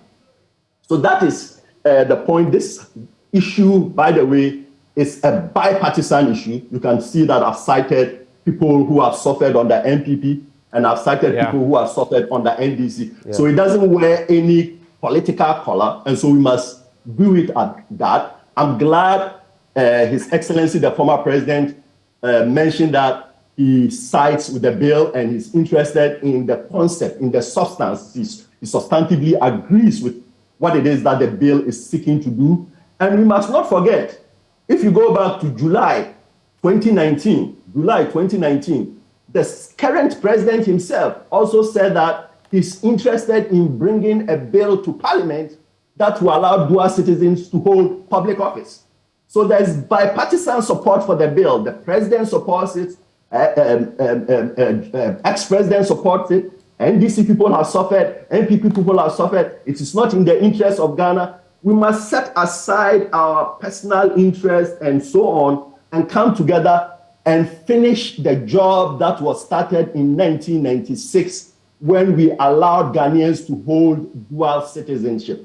You cannot, by law, say we are going to allow you to be a dual citizen, and then by the same law say, well, but as a dual citizen, you cannot be in the executive, you cannot be in the parliament, you cannot be in the judiciary, you cannot serve on the Constitutional Commission. That is not citizenship. Citizenship is defined as the rights that you have. The difference between a Ghanaian citizen and a non-Ghanaian citizen is that a Ghanaian citizen can participate fully in the political space. As soon as restrictions are put on you with regard to your participation in the political space, then some of your Ghanaianness have been chipped away. Right. Now, final point, let's go to United Kingdom. You know, you don't even have to be a UK citizen to sit in the Parliament of England. If you are a citizen of the Commonwealth, that means if you are a Ghanaian citizen, as an example, and you are permanently resident in the UK, you can run for Parliament. And that's what our constitution used to be in the 1957 constitution. When you read it, our parliament could be occupied by any citizen of the Commonwealth.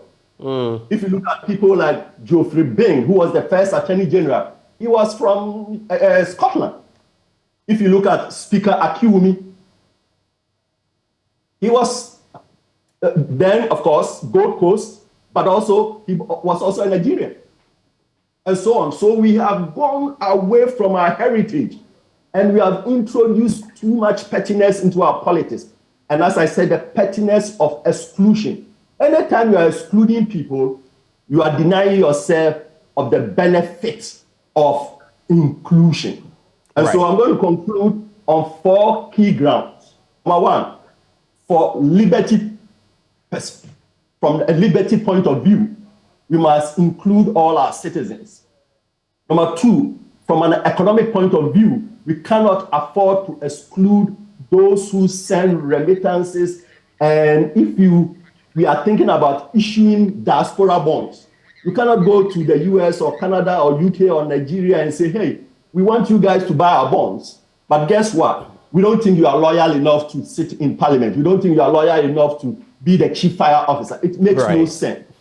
Number 3, we have to figure out a way to align our rhetorics with our actions. We say we are the trailblazer when it comes to Pan-Africanism. We hold the year of return. We do all these things. And then behind the door, we say, well, come home. We want you to bring all your money home.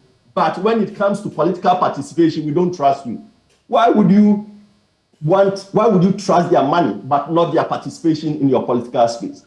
And number 4, global trends, Celerion. They didn't even do it by Parliament. Their court said, in this inclusive world, we are not going to allow a law that limits some people from fully participating in the political space. So anyone who is born a Celeronian will automatically qualify to be in Parliament. The same thing was said in Nigeria. And as I've given you other examples in UK, Canada, and so on. So global economics, and then finally the public interest.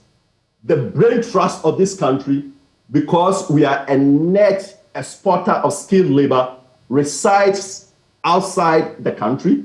And at some point in time, they all come back. When they come back, we should welcome them. Even when they are there, we should figure out a way of using their brains. For instance, the technology that we are using today allows us to use the brains of Dr. Kennedy, even though he's not physically present in Ghana. Now, if he's physically present in Ghana and he says, I want to do something, then you say, we don't trust you. Now, we are going to be able to trust Dr. Kennedy to treat our president as a physician. We don't have any questions if he has, I don't know whether he is a dual citizen or not, but if he was, we wouldn't question his allegiance and loyalty to treat the president when the president is ill. We don't have any problem flying our president and other big people outside the country to be treated by foreigners. I mean, when our lives are at stake, we trust our lives to professionals. There's a reason we trust our lives to professionals, because professionals abide by professional standards. There's no professional who is going to accept a job in Ghana and say, well, because I'm a dual citizen, I'm going to do the wrong thing. No, it's unthinkable to me that we can think that a professional will do that. That is why countries like Kenya, countries like Gambia, and so on, that is why they allow Ghanaians to go there and serve on their Supreme Court, because they value their skills, they value their knowledge, they value their experience, they value their education, they value their training. They don't care very much that they are not Ghanaians. And that is what we need to do in June to, in a bipartisan fashion, say we unanimously agree that the time has come for us to embrace all Ghanaians, whether or not they have the citizenship of another country. Prof. It's been very enlightening today, and even talking about the context of most of our laws.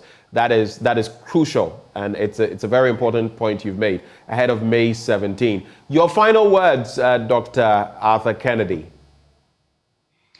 Yeah, I am glad that we've come to this point in our nation's evolution. It is late, but it is better late than never. Right. So I commend former President. I urge Parliament to validate our journey by passing the law. But I also think that Parliament and the Electoral Commission should work to implement ROPA in 2024, because all those are parts of the puzzle.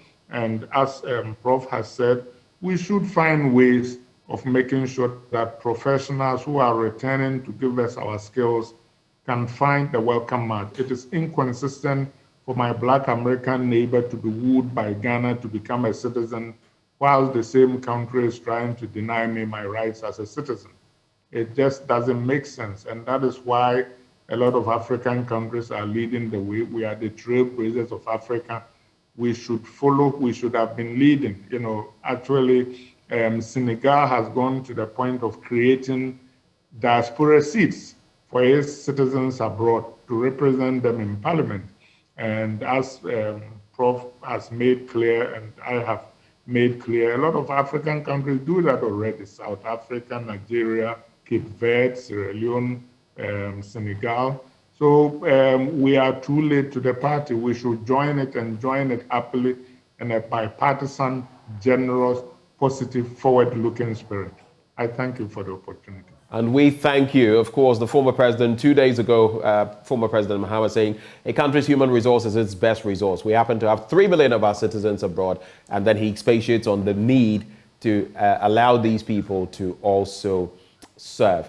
Well, gentlemen, we cannot but be grateful to you for joining this conversation. Dr. Kobina Arthur Kennedy, of course, joining us all the way from the United States. Doc, we're very grateful for your time.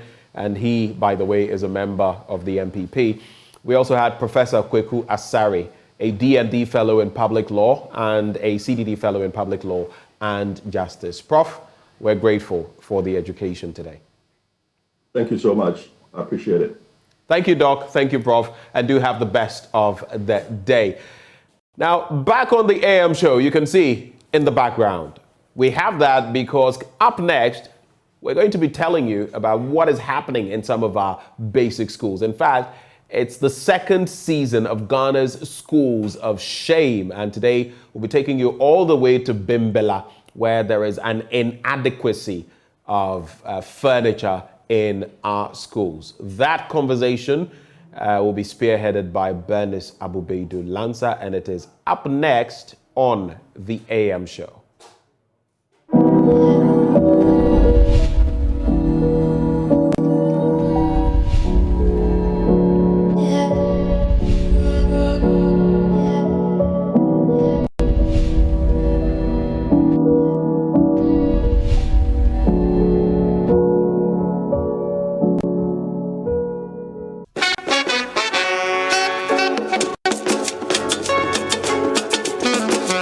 Children slumming on the bare, dirty floor in the name of education is common in many rural communities across the country. The pupils improvise by squatting, lying on their bellies or assuming weird positions on the floor just to get an education.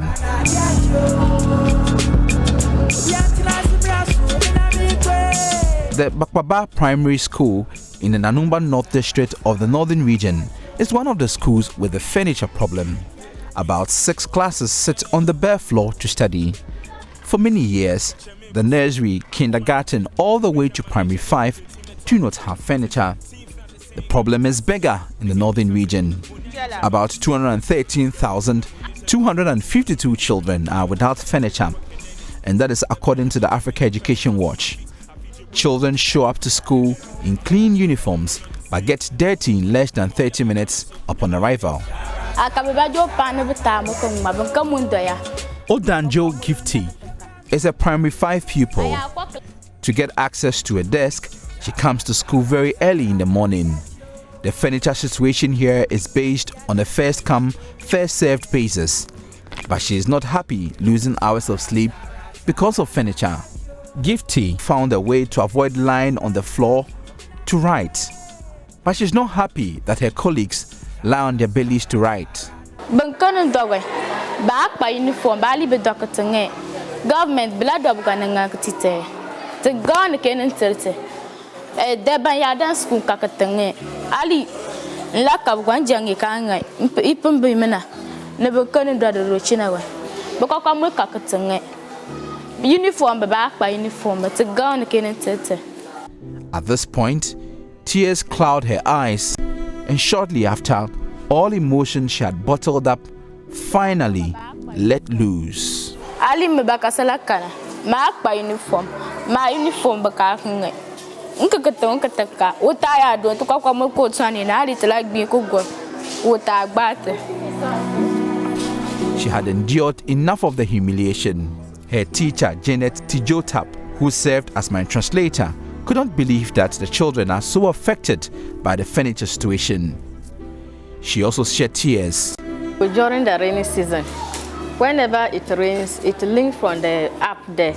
So they have to run into a small room over there. So she coming to school to see her colleagues lying down. When she look at it, she feels sad. So and that was what made her cry. I feel bad. These tears are because of the pain of inequalities they had suffered for years. For years, teachers have not explored how children feel about sitting, lying and squatting on the bare, dirty floor to study. Many, including teachers, assume that the children are used to slamming it hard on the floor. But times have changed. The children are demanding equality. Sir, it's very pathetic. The educational minister should try his possible means and talk to Akufo-Addo to solve this problem, because like I said, she has been seeing her colleagues on TV, how they dress, how their classrooms look, but theirs is different. It's not even quarter to the others.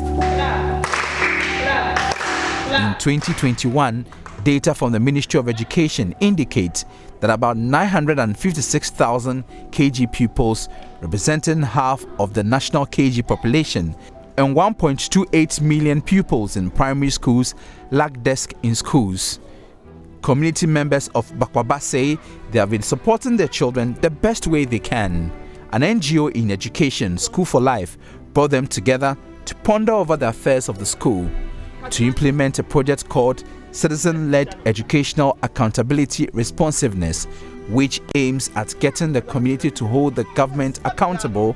Parents and some community members divided themselves into two groups, debating ways of supporting the school and also ways of holding the government accountable. Look at it. Look at the class. I made some classes empty. So how does a teacher divide him or herself to teach two classes? It can't happen. But back in the classroom, a teacher, Mohammed Andratu, is having a hard time teaching her pupils how to write the number 4. The children have no exercise books or pencils, so they're called to write on the chalkboard.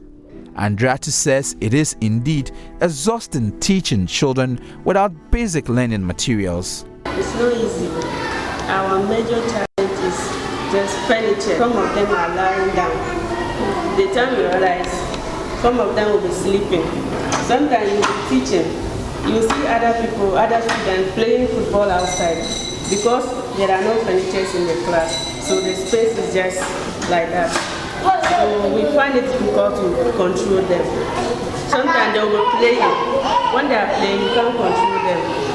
And others, they will be mingling around. Lack of furniture, that is causing it. And again, as a classroom teacher, you are supposed to have your table and chair. But here, not even chair, not top of table. You can't sit. If you are tired, you can't sit. You can't mark your register. Where to put the register and mark. Sometimes I have to put it on top of the menu, mentioning their names, marking the register. At a nearby school, Jonayeli DA Primary School, the headmaster is not happy with the state of the school. Inadequate classrooms, inadequate teachers, the list is endless. The lack of furniture has kept many children at home. They prefer going to the farms or staying at home. Pupils in Primary 2 are trying to identify the alphabet, but it is a disaster.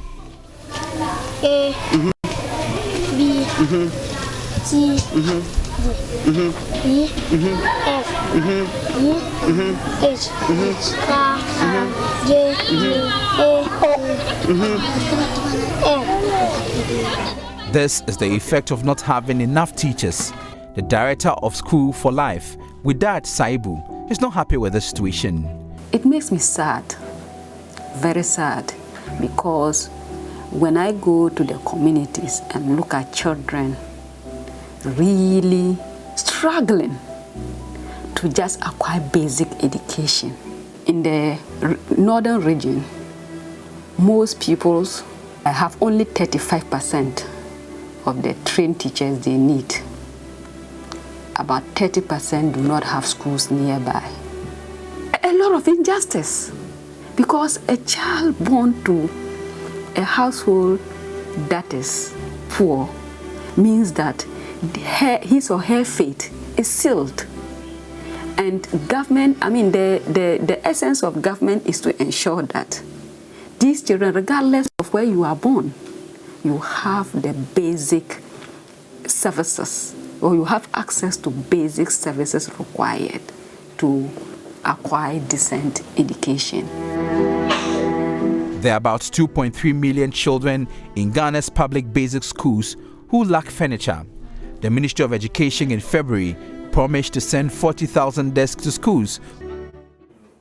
Really, really emotional scenes there. And I don't know what you felt when that little girl started shedding tears. It really, really got to me. And you could tell the whole mood, her teacher reacting and realizing that she didn't really think this affected her so badly. Tells you how spontaneous the whole thing was. And it tells you that these children know that they deserve more. They know that they are not being treated fairly. You had one of them saying that they see on television what their colleagues elsewhere, benefit from the government in terms of education. And so it's a really sad scene. But this morning, once again, we're here to find solutions, to explore the angles on how a lasting solution can be brought to this problem. Remember when we did that earlier season, when we had the minister speak during a program and mentioned that he had seen it and he was ashamed, there was some reaction. We were told by government or by the ministry that there was a grand plan, a scheme to ensure that underserved or underprivileged children receive their share of what the education ministry is providing to all Ghanaian children in terms of education. As of yet, we haven't received any response to this particular story, but we hope that we will. But this morning, I've been joined once again by Dr. Peter Anti for him to share his thoughts on this for us. We also have Divine Pe, who is Senior Programs Officer, Africa Education Watch, and we'll be having that conversation shortly. Gentlemen, welcome. Thank you, Bernice. All right, that's Divine, right? Yeah. Right, Divine, how are you doing? How did you feel about what you just saw? Well, I'm fine, but I feel sad about what I've just seen. It's quite common to see this across the country, but especially when you see the children crying, that's more saddening. So it's common, but to see the children appreciating the fact that they actually they have a right to decent education, it's a manifestation that we need to do something urgently on this issue. Dr. Peter Anti, the last time we spoke concerning Ghana's education sector, we touched on the issue of decentralization. Once again, I'm raising that because in our earlier stories, we realized that possibly could have been a problem that was not highlighted. Why are these children not having desks? Why don't they have proper structures to study with? What is the local assembly doing there? Why must it always be waiting for the ministry to intervene in such matters? Yeah, thank you very much, and good morning to your viewers. Yes, this particular school is in the Nanumba North Districts, and it's not alone in terms of the extent of deprivation in the provision of educational resources that we are witnessing. If you look at the data from the Ministry of Education, none of the parameters, they do not meet any of them in terms of student to textbook ratio, in terms of student to desk ratio, student to sitting ratio, everything they don't meet. And sometimes it is zero. It means that they are not available. And these data is backed by the video that you have shown. And that brings back the conversation, as you said, about the role of the district assemblies in the provision of some of these resources. I think that they normally do not do some of these things because they are financially not, they don't have the needed finance to carry on some of these things. And that is why the other time I was talking about a need to revisit our discussion on the decentralization of education in Ghana.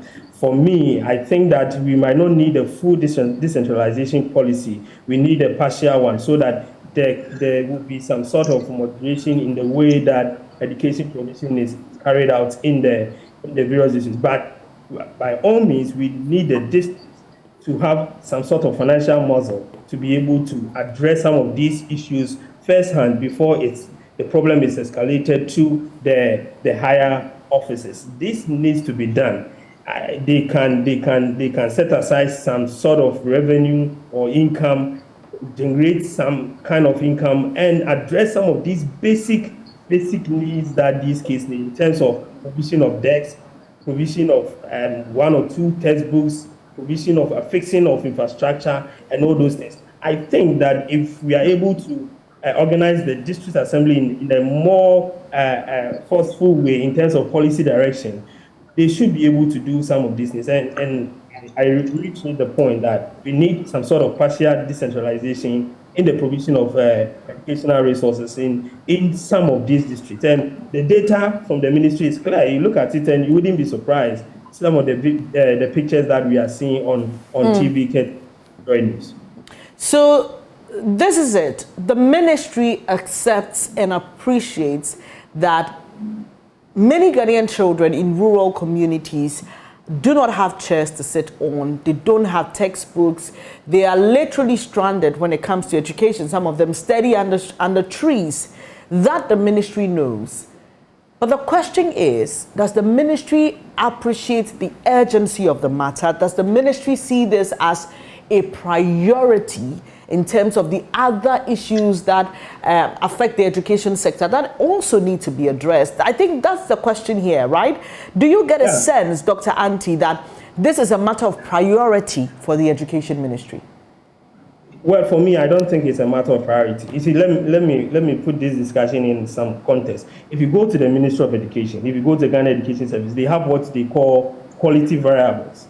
The quality variables are variables that they think that if those variables are given the needed kind of attention, they lead to quality education, provision of quality education. So in terms of the quality variables, they have what they call inputs, and then they have what we call the outputs, output variables or outcome variables. And then we have the input variables. The Ministry of Education have certain input variables that they look for. Look at their data set. You see that they capture these input variables. What are these input variables? They look at teacher to student ratio. They look at student to desk ratio, student to table ratio. They look at student to textbook ratio. The textbook, they have all the core textbooks. They look at the nature of school building. They look at quality of teachers. So they look at number of trained teachers and the number of untrained teachers.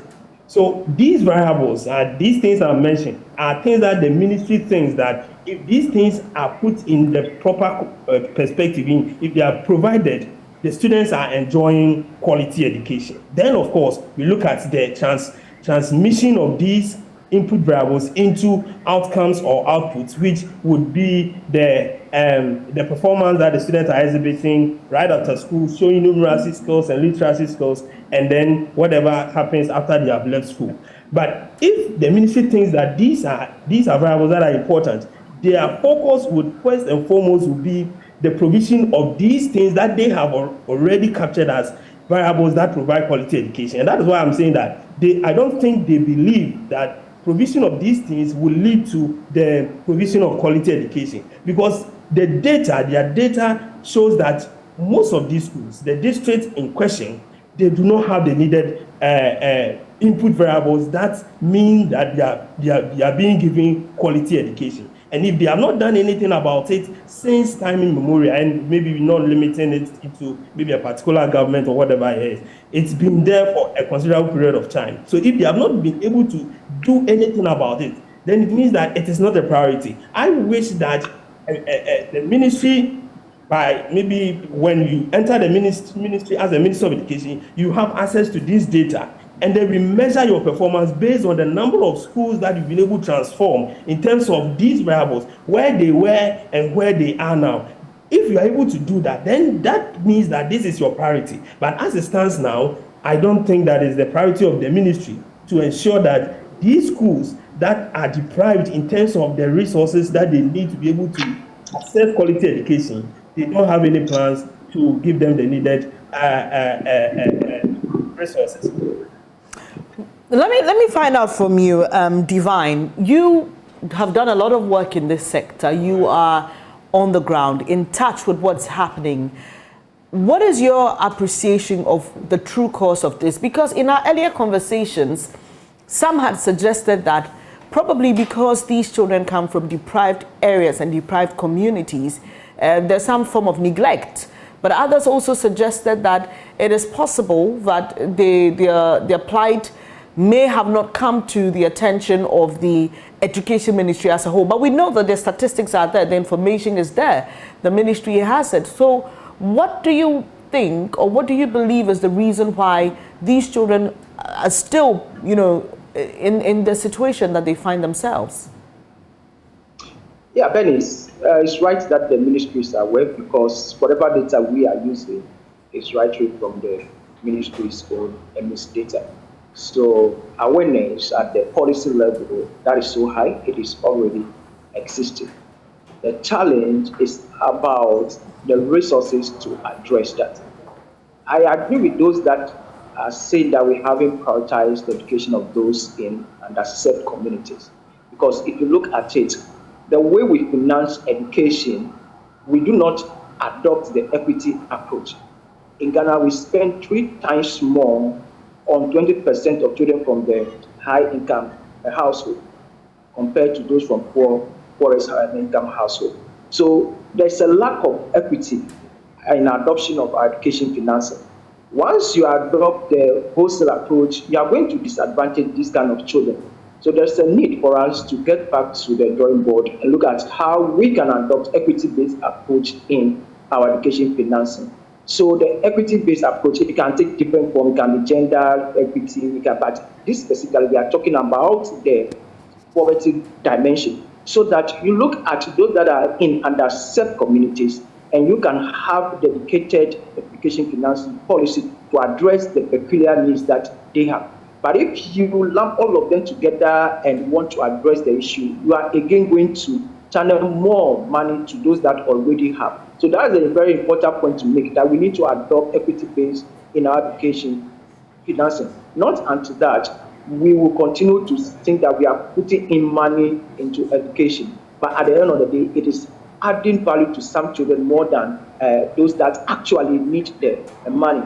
But again, we also have to appreciate that the way we finance basic education and secondary school education, especially when it comes to infrastructure development, is also the reason why we are here. If you... Hello, Divine? It's a dedicated source of fund for improving infrastructure in the country. If you compare how it is spent between basic and the secondary school, you realize that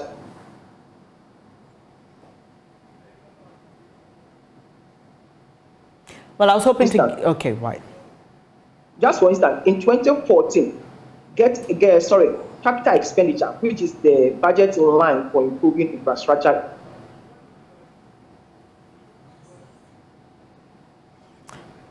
I was hoping we could have Divine. Hello, Divine. Sorry, we're losing you. Your line keeps freezing. I hope you can make your point quickly so that we don't lose you again.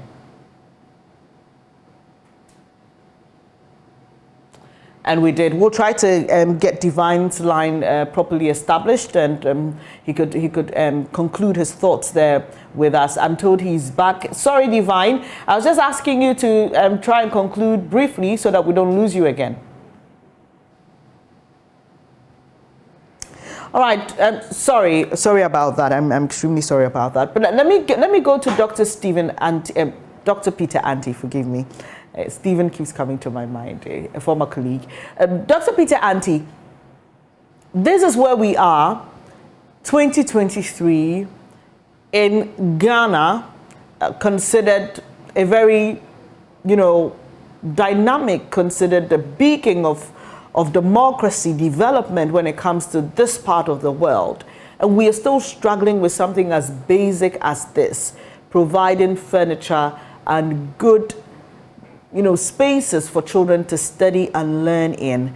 What for you will be that one thing we can do to deal with this strategically? And how soon do you think we can do this, considering you believe is a priority and must be a priority for the education ministry? If the ministry believes it can solve this, how long do you think it will take us? Well, I think that we have to go back to the basics. The first thing is to look at the infrastructure mapping. I'm aware that the ministry, I think since last year, have been doing sort of infrastructure mapping of school in Ghana. So I believe that the first thing is to get the data right. So let's organize the data, group the schools into deprived, not deprived, maybe semi-deprived. Then after that one, we need to now have dedicated source of funding to ensure that those schools that are classified as deprived are giving the needed kind of assistance that they want. And I think this can be done within the shortest possible time, because the ministry has this data available to them. All that they need to do is to do their mapping and then classify or categorize the schools into deprived and non-deprived or semi-deprived or whatever category that they would want to develop. When they finish with that, then they zoom into the deprived. The deprived will mean that they do not have the requisite input variables that the school needs to be able to deliver quality education. Again, I feel that we also need to redefine what we mean by infrastructure. I think if you look at the literature, the definition of infrastructure goes beyond the provision of a building that students study in. It includes, like the report from Hiawa the other time, it includes even the place of convenience. And if you look at this school, I wonder even if they have any place of convenience, a potable water to drink and all those things. We have to do all these things in a more holistic manner to be able to address this challenge. I also think that the ministry might not have all the resources. And that is why when you do this kind of mapping, you make it available to CSOs, philanthropists, any other agency, organization, both donor agencies that come into the country to support education, so that you know that when they are entering the country, there is a list of schools that need certain kinds of assistance that they can really go and visit. More times, what we see is that some of these agencies come into the country and then they are taken to the schools in Accra and then the schools nearby, whereas there are remote Ghana that needs these kinds of assistance. So when you have this kind of data available, you now assist those who are coming to donate to schools in Ghana to go to some of these schools. If you think that you don't have the needed infrastructure, the needed financial capability to solve all these problems, then you create that enabling environment to ensure that the resources that are coming into the sector from other areas are tilted or are pushed towards some of these schools that need urgent attention. And I think if we start doing it this way, we'll be able to address some of these issues one after the other. But also the need for local initiative is important. Because you cannot say you are the district chief executive officer of Nanumba North and be proud of what we are seeing on TV. You cannot say that you are the MP in that district and be proud of what you see on TV. You cannot say that you are the chief of this district. You cannot say that you are a professor in a university and you come from this district and be proud of some of these things.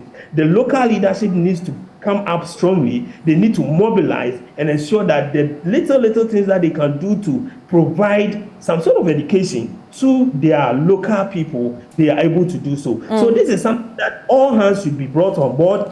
Everybody who has the financial muscle, the big men in the country that do a lot of donation, they sponsor other people to do other things, the institutions, organizations that like MTN, like Vodafone, all those big institutions, they have to go to the Ministry of Education, get these kinds of data, and then adopt some of these deprived basic schools and assist them to get the needed resources that they Dr. Anti, so how about the ministry being proactive and going to these organizations and selling the problem to them and asking them if they could use that as their CSR instead? Exactly. That is great, and I think that through this discussion, the ministry would have to take some of these things up. Of course, they have the data, as I said, they have the infrastructure and maps available. They should be able to now develop proposals, because we know when you talk about the funding, they will tell you that the money is not there. So now we want to move beyond that and say that, okay, now get us the data, develop a proposal like we all do, and then walk into some of these institutions, provide them with due a presentation with them, let them know the state of some of these basic schools, so that they will now channel their resources, I mean the CSR that they do, to some of these basic schools, and I think it will be able to help. And I have to, at this point, commend JoyNews for your forceful advocacy in this regard, because if you don't bring some of these things up, as I said the other time, some of us, I mean most people who are not in the sector will not have any idea, and will continue to fold our arms and think that we are providing education to everybody in this country. But unfortunately, that is not what we are doing. Some of them are not experiencing education. We are just doing something to make sure that they get some sort of reading and whatever it is, abilities, but we are not giving them education, and that shouldn't be the case in Ghana in 2023. I appreciate your time this morning. Dr. Peter Anti is Executive Director of IFES, the Institute for Education, and we've been talking about this rather sad situation. My colleague Jojo Kobna brought us from a school in the Nanumba North District, where you could see a child just breaking down about their situation of not having any chairs, not having uniforms. And so we are appealing to those responsible to do their work and ensure that these children get what they deserve. They say they see what their other colleagues in other parts of the country have, and they feel they aren't being treated fairly. So please, let us do our work. So that was Dr. Peter Anti, who is the Executive Director of the Institute for Education Studies. Earlier we had Divine Kwe, Senior Programs Officer, Africa Education Watch. Unfortunately, technology couldn't allow us to conclude with him, but hopefully this conversation will definitely progress. I hope we can get the Education Ministry or the GES to respond to some of the issues that have been raised. You're watching the AM show. We'll take a quick breather now. When we come back, we've got something exciting to share with you. Do stay.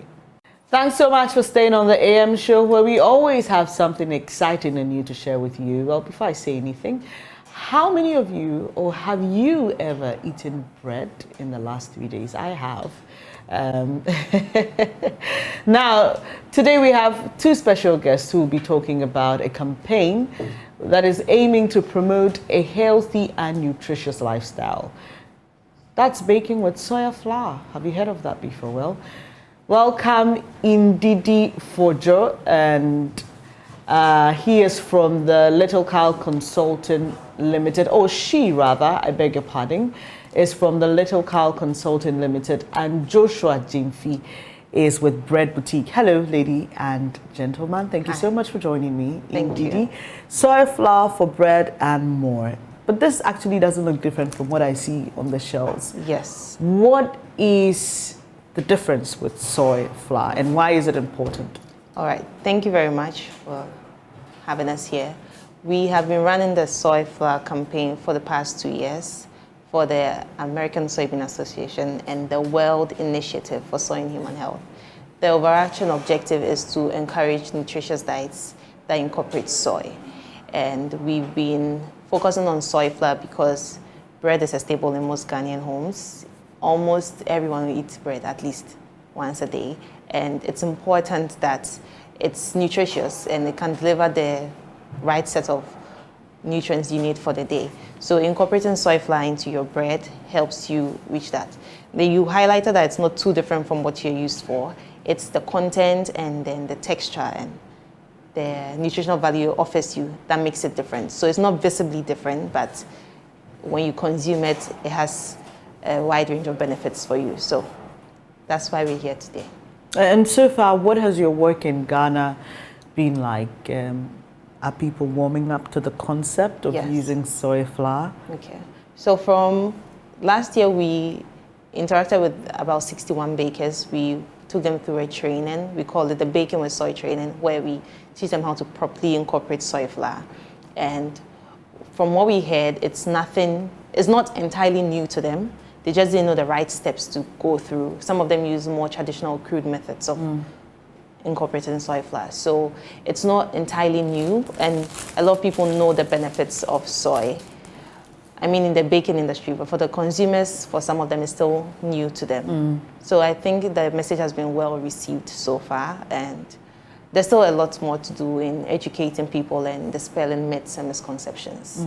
So Joshua is here because Bread Boutique has incorporated soy flour in its products. Yes, and it's one of our past trainees. Right. So Joshua, how difficult or easy was it for you to warm up to it? And most importantly, are people buying? Do you get a sense that people are getting to understand the benefits of using soy flour, and are they buying products that have soy flour?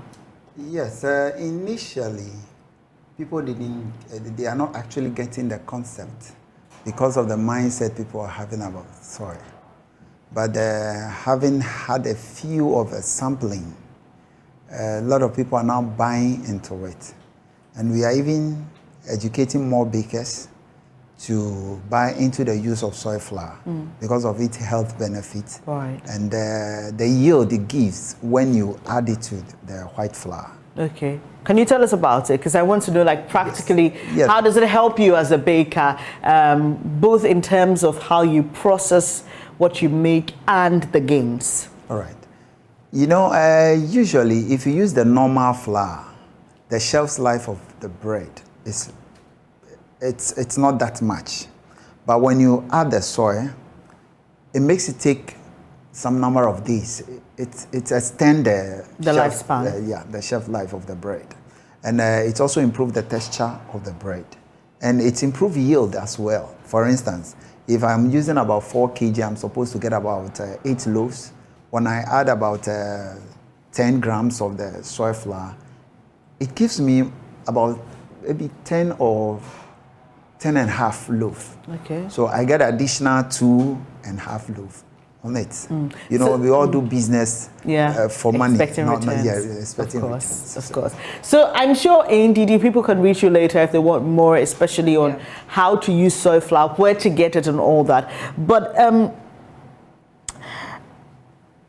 are you in commercial business with the soy flour, or for now you're just working with bakers and people you train?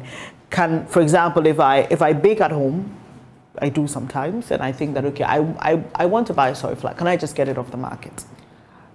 In the market right now, we work with our supply chain partner, that's the Yeden Agro Group of companies. They are the ones that we can vouch for, will give you the highest standard of soy flour in the market. I'm sure there are other brands available, but I can't speak to them. So if you want soy flour to give you the kind of yield and return that we have practically seen and with the benefits, health and nutritional benefits, then you can get it from Eden Agro Group of companies, and you can reach them through us. So the numbers are on the screen, I believe. Yeah, we will put them up. And or you can reach us on social media at Everything Soy. On at Everything Soy. Is it at as AT or the sign at? So the sign at Everything Soy, SOY. No underscore anywhere. On Facebook and Instagram, you can reach out to us. Someone will be in touch and help you get it. So, Joshua, do you plan on going commercial with your soy products? Let me say we are already commercial. Okay. Yes. Even tomorrow we're having a program where we'll be sampling people. It's in collaboration with the company. And those of our customers who have not really tasted the bread with the soil will have the opportunity to. Yes, I think we started about 3 months now, and the response are good. You like it? People like it? Yes, people like it. So for you, what was that one thing that made you say, no, I like this soy flour, I want to use it? I just want one thing that excited you, one thing that, piqued your interest. Yes. Now these days, customers are becoming more informed.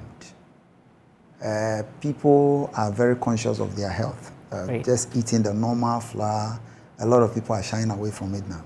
But so we realize that when we incorporate the soil, it adds more nutrients to the bread. So due to that, we also got the interest. And after educating customers, they also bought into it. And it's really making our sales go up. Because of that, we also decided to buy into it.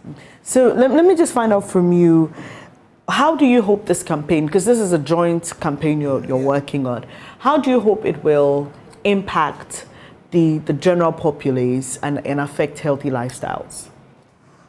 Well, the success story that most of our customers will be sharing will also be a key to promote this campaign. And we're also trying hard to bring most bakers on board, or most bakeries in this country on board, so that those who are even afraid of eating bread due to the mindset of what is happening these days. You are what you eat. And what is happening is most of the sicknesses we are hearing of or seeing these days because of life. But having understood the benefits that are in soil, a lot of people are now understanding. You've all been saying benefits, but you haven't really told me what one benefit of incorporating soy is. I really want to know. Okay, so when we talk about soy, it's the highest form of plant protein ever. And it's the only plant protein source that can compare to meat. So that's one. Now, soy also gives you something we call functional benefits. And when we say something has functional benefits, it means it gives you benefits outside of nutritional benefits. So we know that soy has protein, it has the right vitamins, minerals, and all of that. But when you incorporate it into bacon, for instance, it improves your texture, improves the crust color, improves the lifespan, improves the smell even, and the overall feel of the bread. So those are the benefits of soy. They have nutritional and then functional benefits. And using soy would also help you have a more balanced diet. So you can use flour outside of baking, pastries, bread, what we usually use for. You can use it as agushi replacement. Okay. So if you were cooking and you couldn't readily access agushi, but you had soy flour, you mix it in water, and it could be agushi. So it can serve as your protein need for the day. And that's what you asked earlier, what we hope the populace would take from this campaign. We just want people to eat more healthy, more nutritional diets, and soy is one way to do it. For example, another functional benefit is that it helps with fat absorption. So if you use soy if you taste the cookies, you realize that it's not as, if you touch it, you won't feel too much oil. It's not as buttery. Yes, because soy helps with fat absorption. Okay. If you use it to do your fruits or any other thing that you fry, you realize that it will not soak up too much oil. So those are the functional benefits aside the health and nutritional benefits that soy offers. It actually smells good. I'm trying to figure out if it's another ingredient or it's the soy. It's the soy. It's the soy. Great. So apart from bread, you can use soy flour in any other thing. Pastries, yes. Exactly. Can you use it as a standalone? So, for example, No. So you have to mix it with your usual kind of flour, just that it gives you more benefits. So Joshua can give you the percentages. Okay. So let's use 100 kg just to make it more practical. Well, if you baking about 100 kg bag of flour, you will need not more than 4 kg of the soy. Okay. Flour.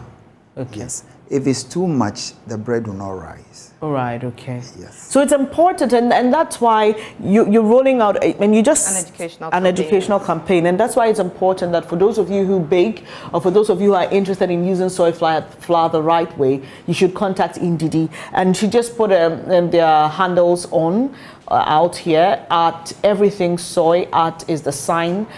Everything SOY on Facebook and Instagram. Yes. And also, is there a way people can meet somewhere? If somebody says, okay, I run a school, I teach cake making, can you come in as part of my course structure to come and share knowledge? Is that possible? So those are things that we can discuss. Right. If you reach out to us, I'm sure we can talk about it and come to an understanding on how to go about it. So.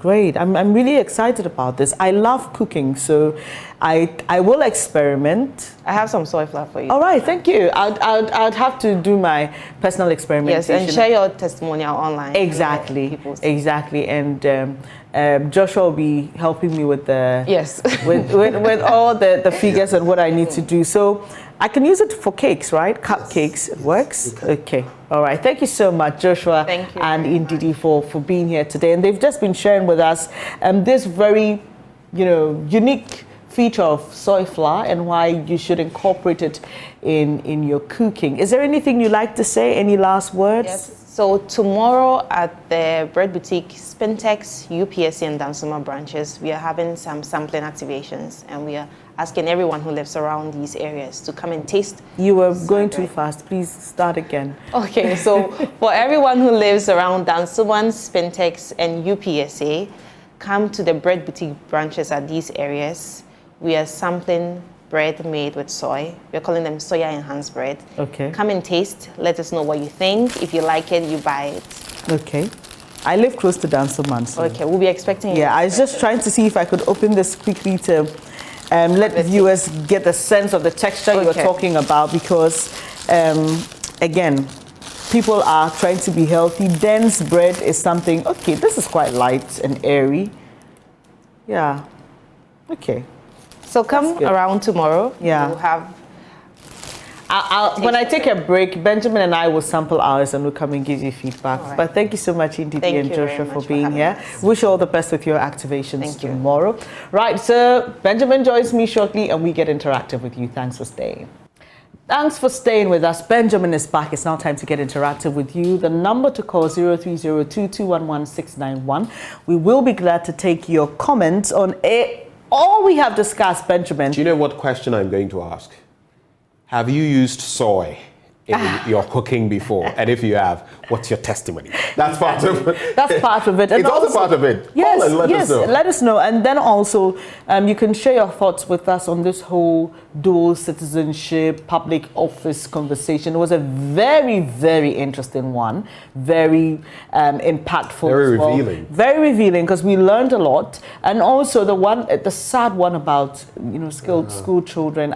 Benjamin, that really got to me. I must be honest. And the girl when you listen, and her teacher not even knowing what this meant. Do you understand? When you listen, you get a sense that this is bottled up emotions that were just coming uncontrollably.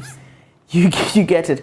And the teacher was so affected because I'm sure, and she started feeding off the little girl's emotions and realizing that, wow, I didn't know that it affected you this bad. I hope that those who are meant to solve the problem feel what the teacher felt. And that is why we shouldn't pay lip service, especially with our politicians, always paying lip service and trying to score political points on this or that. Look at those children. We're discussing something back there when this was airing. And you see, let me be very blunt, we call these young ones the future leaders But what kind of future leaders will they become, if any? Now, think about it. Other countries are giving their children far better. These children will grow and have to step into leadership positions. That is how neocolonialism continues, because these young ones will not be able to think on the same levels, compete on the same levels. You can tell me about what you will about smartness or intelligence and all of that. You give them that kind of background, you expect them to compete with the person in some other country who has access to everything. We're jokers. We're jokers. It's so sad. And maybe right before we get into that call, that statement about, but we see other places, other schools where they see, do you know? It's a pregnancy. We are doing something They together. are exposed, exactly, and that's why they see others getting better. Why are they getting that? And that's why for many of these children, the question will be, why aren't we getting the best as we see in other places? Richard is our first caller. Hello, Richard. Great to have you. Please share your thoughts with us. Thank you very much for the great work that you are doing. Hello? Richard, we can hear you, please. My take on the infrastructure issue about storage. In fact, it's like the leaders are seeing Ghana to be Accra, Kumasi, and the capital city. They are forgetting that when we talk about Ghana, we are talking about the villages that we have. Take away Accra and Kumasi and the big cities. The villages will stand. But take away the villages in Ghana. Accra and Kumasi and the big cities can never stand. When it comes to sharing of the national cake, it's like they always look to the developed areas in the country. Go to villages in the Southwest municipality. Go to villages in the northern region, and you will see how school children are suffering. I am a teacher. I taught in one of the villages, Island, in the Southwest municipality. And if you see how we are suffering over there, my brothers and my sisters, in fact, it's an eyesore. It's exactly like what you have seen on your television. There's no difference. So please, if they are hearing us, they are listening to us, they should quit. They should quit how they send things to the big cities and look to the villages. I think it will help. Otherwise, one day we'll all move to Accra so that we'll see what will happen. Thank you very much. Thank you so much, Richard, and thank you for your service. He says he's a teacher, and clearly, when it comes from a teacher's own mouth, you can't argue about it. And Benjamin, I mean, the last statement he made is why we are seeing a lot of migration to the capital. And even the sad aspect is that when all these people come here, they don't even live good lives. And so you see people in shacks, struggling to survive, and it's so dehumanizing, Benjamin. And sometimes I feel like, do people understand that these are human beings just like you and I, and they deserve the respect, they deserve everything, every good thing that life can give. Sometimes we've created a system where those who are supposed to serve lord it over the people, and those who are expected to benefit from the boons of our community. And it's not to say that the servants shouldn't, enjoy, but those who are supposed to serve end up lording it over the rest of us. And it's become a very systemic problem. Our leaders deliver nothing. Our leaders, look, if you look at the trajectory, we may say that, yes, we've constructed some roads, we've constructed some hospitals and all of that. But if you look at what resources we have, vis-a-vis what we have delivered after 66 years, it makes no sense. We shouldn't have any business going to the IMF, a country like this. We shouldn't have any business having schools in the situation we find a lot of them in. We shouldn't be in the situation where we have hospitals without beds. Yet it is our reality because of dysfunctional, failed leadership. Clement from Tessano, let's hear you this morning. Good morning. Also, good morning to your viewers and listeners. I just want to contribute to the program. Please go ahead. Few things to touch on. Thank you so much, Benjamin, and your co panelists. I like the way you guys always, put things up there. I bet you quickly touch on something. Benjamin, it's so sad that this modern era, we see we see our schools not being put in the right shape, or like where Ghana has gotten to. Ben, I like your voices, but your voice it's always down. We need to add you up. So I'm trying to be blunt this morning. You see, we are the cause of our own problem, and also the politicians. You see, what kind of the resources that we have, Benjamin, we're not supposed to go to IMF, but because of lackadaisical attitude, and also I would say, which I don't know how to describe this, our leaders, they have made us go where we find ourselves today. It's so pathetic. You see, the resource that God has given us, everything that you can think of, that should make a country great. And these people are milking us. Then they will come to see it. That's why I'm vouching for Kennedy Japan. I don't care how much what he says. You see, his utterance, you may not follow him, but he's a pragmatic type of leader that Ghanaian now we want. We don't want gentle leaders. They have failed this country several times and big time. They are coming, I went to Harvard, I went to this, I did that, I do this. Master, they are milking this country. Let's give this country to a leader that will come and sample the dream and aspirations of Ghanaians. Somebody who has a track record, a person like Kennedy Japan, can do that. Right, Clement. Thank you so much for sharing your thoughts with us, Benjamin. So Clement there, talking about solutions, because that's what we all want, isn't it, Benjamin? But the other thing too for me is this, that it is possible.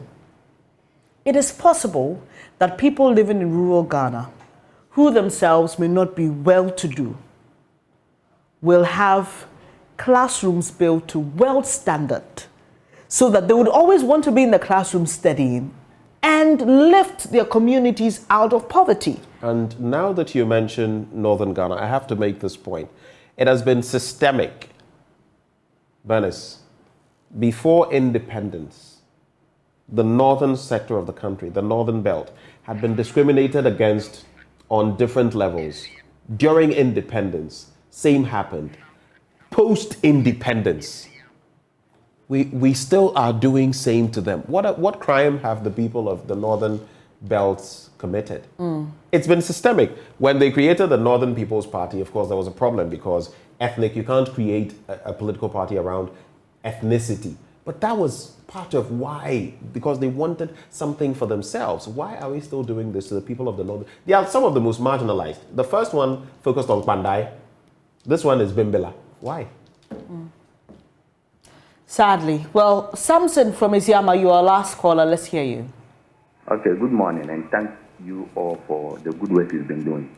Now, Mr. Benjamin was making a point that these children are future leaders. Yes, and because they know that, that's why most of our politicians, their children don't go to school in Ghana. And even if it's in Ghana, if their children or relatives attend school in these rural areas, like they wouldn't do what they're doing. Besides, if these children get a better future, who will do that better job for them during their campaign time? So they know what they're doing. That is why they keep playing tricks on Ghanaians. Thank you very much, and may God be with you. God be with you too, Samson. And Samson, they're sharing his blunt thoughts. Benjamin, the other caller said... I think I have stiff competition now. Yeah, the other caller said he wants to be as blunt as you this morning. And I believe we can do it. We can give these children what they deserve. We can give them the best of education in the best of environment, under the best circumstances. We need to show them that it is possible, that we think about them, that they are Ghanaians. They must feel a part of us. They must feel a part of the entire country. They must not feel marginalized. They must not look at what their colleagues in other regions are getting and feel like they don't matter.